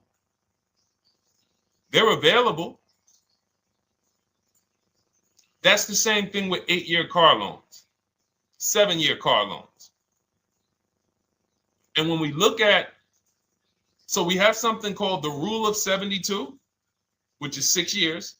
and the 10th birthday. What this says is you should never take a loan longer than 6 years, 72 months, and you should have the car paid off by the 10th birthday. Now, why? Because when I was in Mercedes, people who would come out is two people who hate, this is actually the same person. They hate Mercedes. They hate BMW. Why? Because they had an older one, no warranty, and they could not afford the maintenance and the repairs on top of the money they were paying for it. They hate it. You ever hear people say, oh, never buy that, man. I had one of those. It was a money pit. It was a money pit because you bought one that you wanted to shoehorn your way into the car. You couldn't afford the one that had the warranty, 3 years, 4 years old, buy an extended warranty, keep it 8, 9, 10 years, pay the car off in 5 or 6, and then you have, a couple years with no payment. You still have money to the side for your maintenance and your repairs when things go wrong. No, you bought one right from the start with no warranty because you wanted to be in a Mercedes. And they come out crying. You could just see it welling up in their eyes. We know, we've seen it too many times. That's a brand that people without any affordability index, they're going to buy cars that they cannot afford because they can afford the payment. And the saying is, if you can't afford to maintain it and repair it, you can't afford the car. So we never want a car that has a loan on it past the 10th birthday. That's an affordability gauge. That means I'm looking at a 6-year-old car. Car is 6 years old. 4-year loan. The amount of the number of years on the car, and this is in my book. Nothing I'm telling y'all is me coming off the top of my head or off the fly. I'm teaching you out of my book. That's what these shows are. I'm literally, when you are reading the book, I remember Deshone talking about this on the stream. Oh, I remember Deshone said this on the show. Everything I'm teaching you on the show is my book. So you can understand. I'm not winging any of this stuff. But when you look at the rule of 72 on the 10th birthday, it says the age of the car and the number of years on the loan should not go past 10. So if you're looking at a 5-year-old car, that already says my budget can only afford 5 years old. Like I can't get 4 years, 3 years old, which means I need a 5-year loan. If I'm looking at a 4-year-old car, I could do a 10-year loan. I mean a 6-year loan, because that's under 10. If I'm looking at a 3-year-old car, I can do a 6-year loan.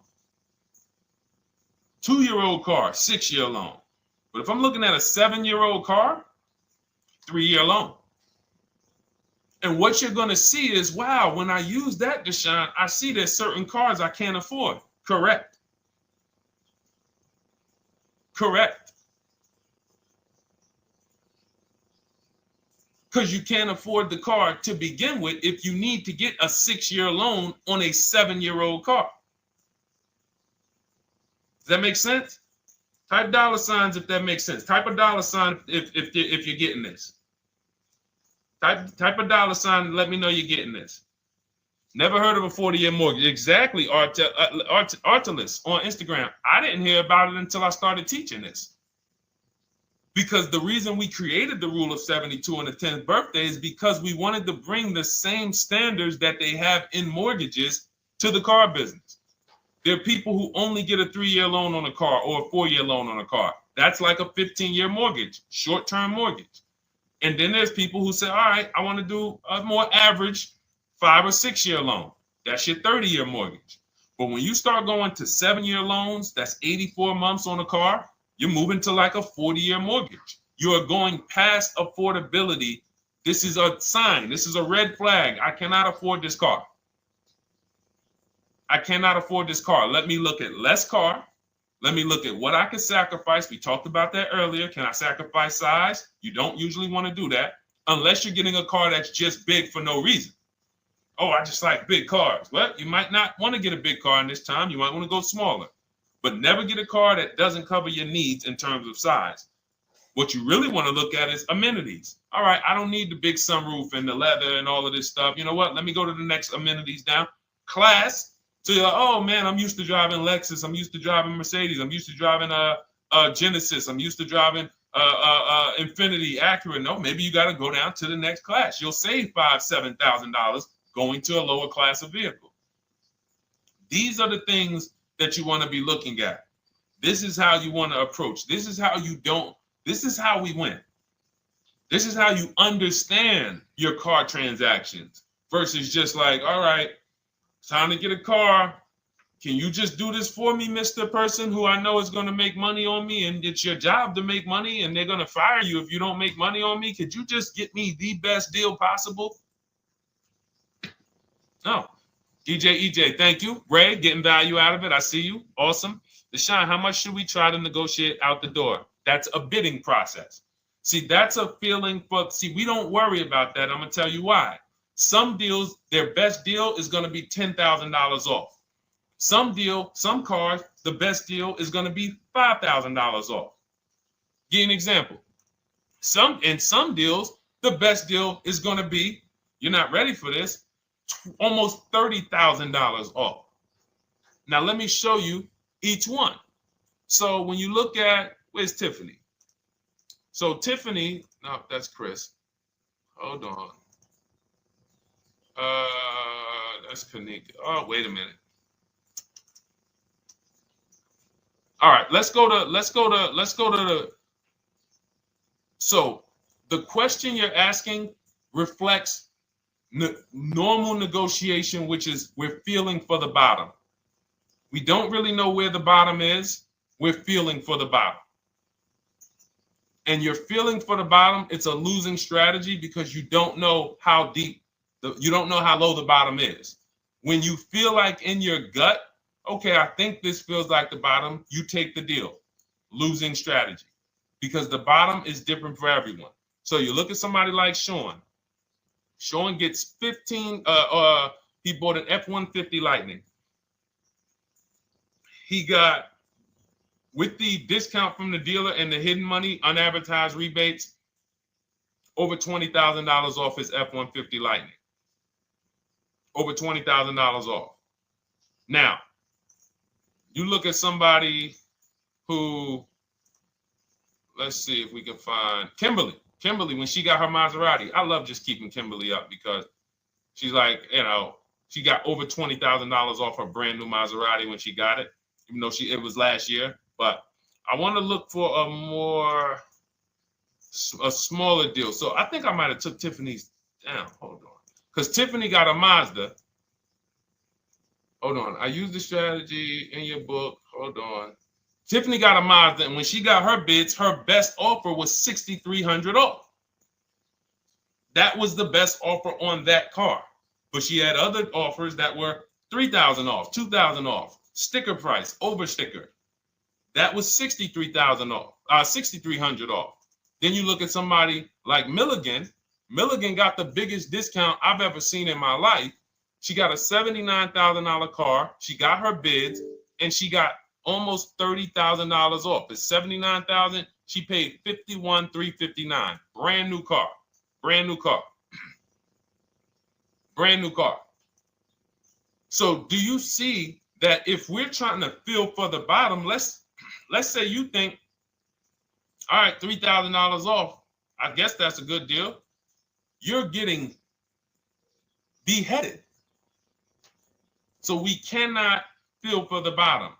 That is buyer's remorse prone. That is how we have buyer's remorse. The only thing we do is we sit at home, we get bids. That's the name of the game. When you are getting bids, life changes. You now know, oh, this deal is taking off 8. This deal is taking off 2. This deal is taking off 8. This deal is taking off 10. This deal is taking off nothing. Oh, the $10,000 dealer wins the bid. You took off $10,000. That was the bottom. And again, we use the 25-to-5 strategy where I show you how to connect with 25 dealers in 20 minutes from home. You get your bid. You want to call around, do it by phone, call and get your bid by phone. We do this by email without talking. That is what's in my book. That's how we do it. So everything we talked about is in my new digital book Cars from Home, 7 Steps to Saving Time, Money, and Avoiding Dealerships. Normally $97, part of our welcome offer. You get your copy for $24. That's 75% off. In my TikTok bio, click that link. My Instagram bio, click that link. Or YouTube comments and the Facebook comments, deshonsbook.com. 2 hours, get your $24 and let that continue to make money for you and keep money in your family. We didn't talk about. We didn't talk about selling leases and equity in leases. We didn't talk about the bank bidding wars. We didn't talk about, we did deep on leasing versus buying. We hit on a lot. We hit on a lot today. Now, for those of you who are like, Deshone, I'm just meeting you, I don't really trust you yet, then start with my free cheat sheets. Dolan will put a link for you. You can go to DeshonesCheatSheets.com, put a link in the comments, and just start with my free cheat sheets. We've given thousands of people have started with my free cheat sheets. That'll expose you to the Cars from Home world, because once you see the value, like, wow, this is what Deshone's giving us for free. What is in the book? The book is your step-by-step checklist, step-by-step blueprint. But if you're like, you know what, let me just get started with the cheat sheets, go grab the cheat sheet. Now, mark your calendars. We're here Monday through Thursday, 12 p.m. Eastern Time. Show usually lasts about 90 minutes. You can bring your questions. You might be watching this on a replay, because you'll see a lot of people ask the same question you would have asked. But mark your calendar so you don't miss a show. We'll be back. And then we'll run the whole replays all through the weekend for those who couldn't be here during the week. So I'm going to start. I might start doing something for people who bring people. Write me some ideas. Because what I really want is I want to come up with something, a way to reward people who share. That's why I wanted to give a free copy of my book to our nurse on TikTok. You know, like, I want to come up with something for people that bring people, that help me actually spread this message. DM me some ideas, and I'll watch that. I can't read all the DMs, but I will certainly start that DM with, you know, I have an idea, and then I'll know that's you, because I want to come up with something specifically for the people who share. All right. I'll see y'all tomorrow. Thanks for watching. This has been our show. Congratulations to everybody that got the book. Make sure you send me your success stories. Email me when you get your cars. I want to hear all about it. All right. God bless you.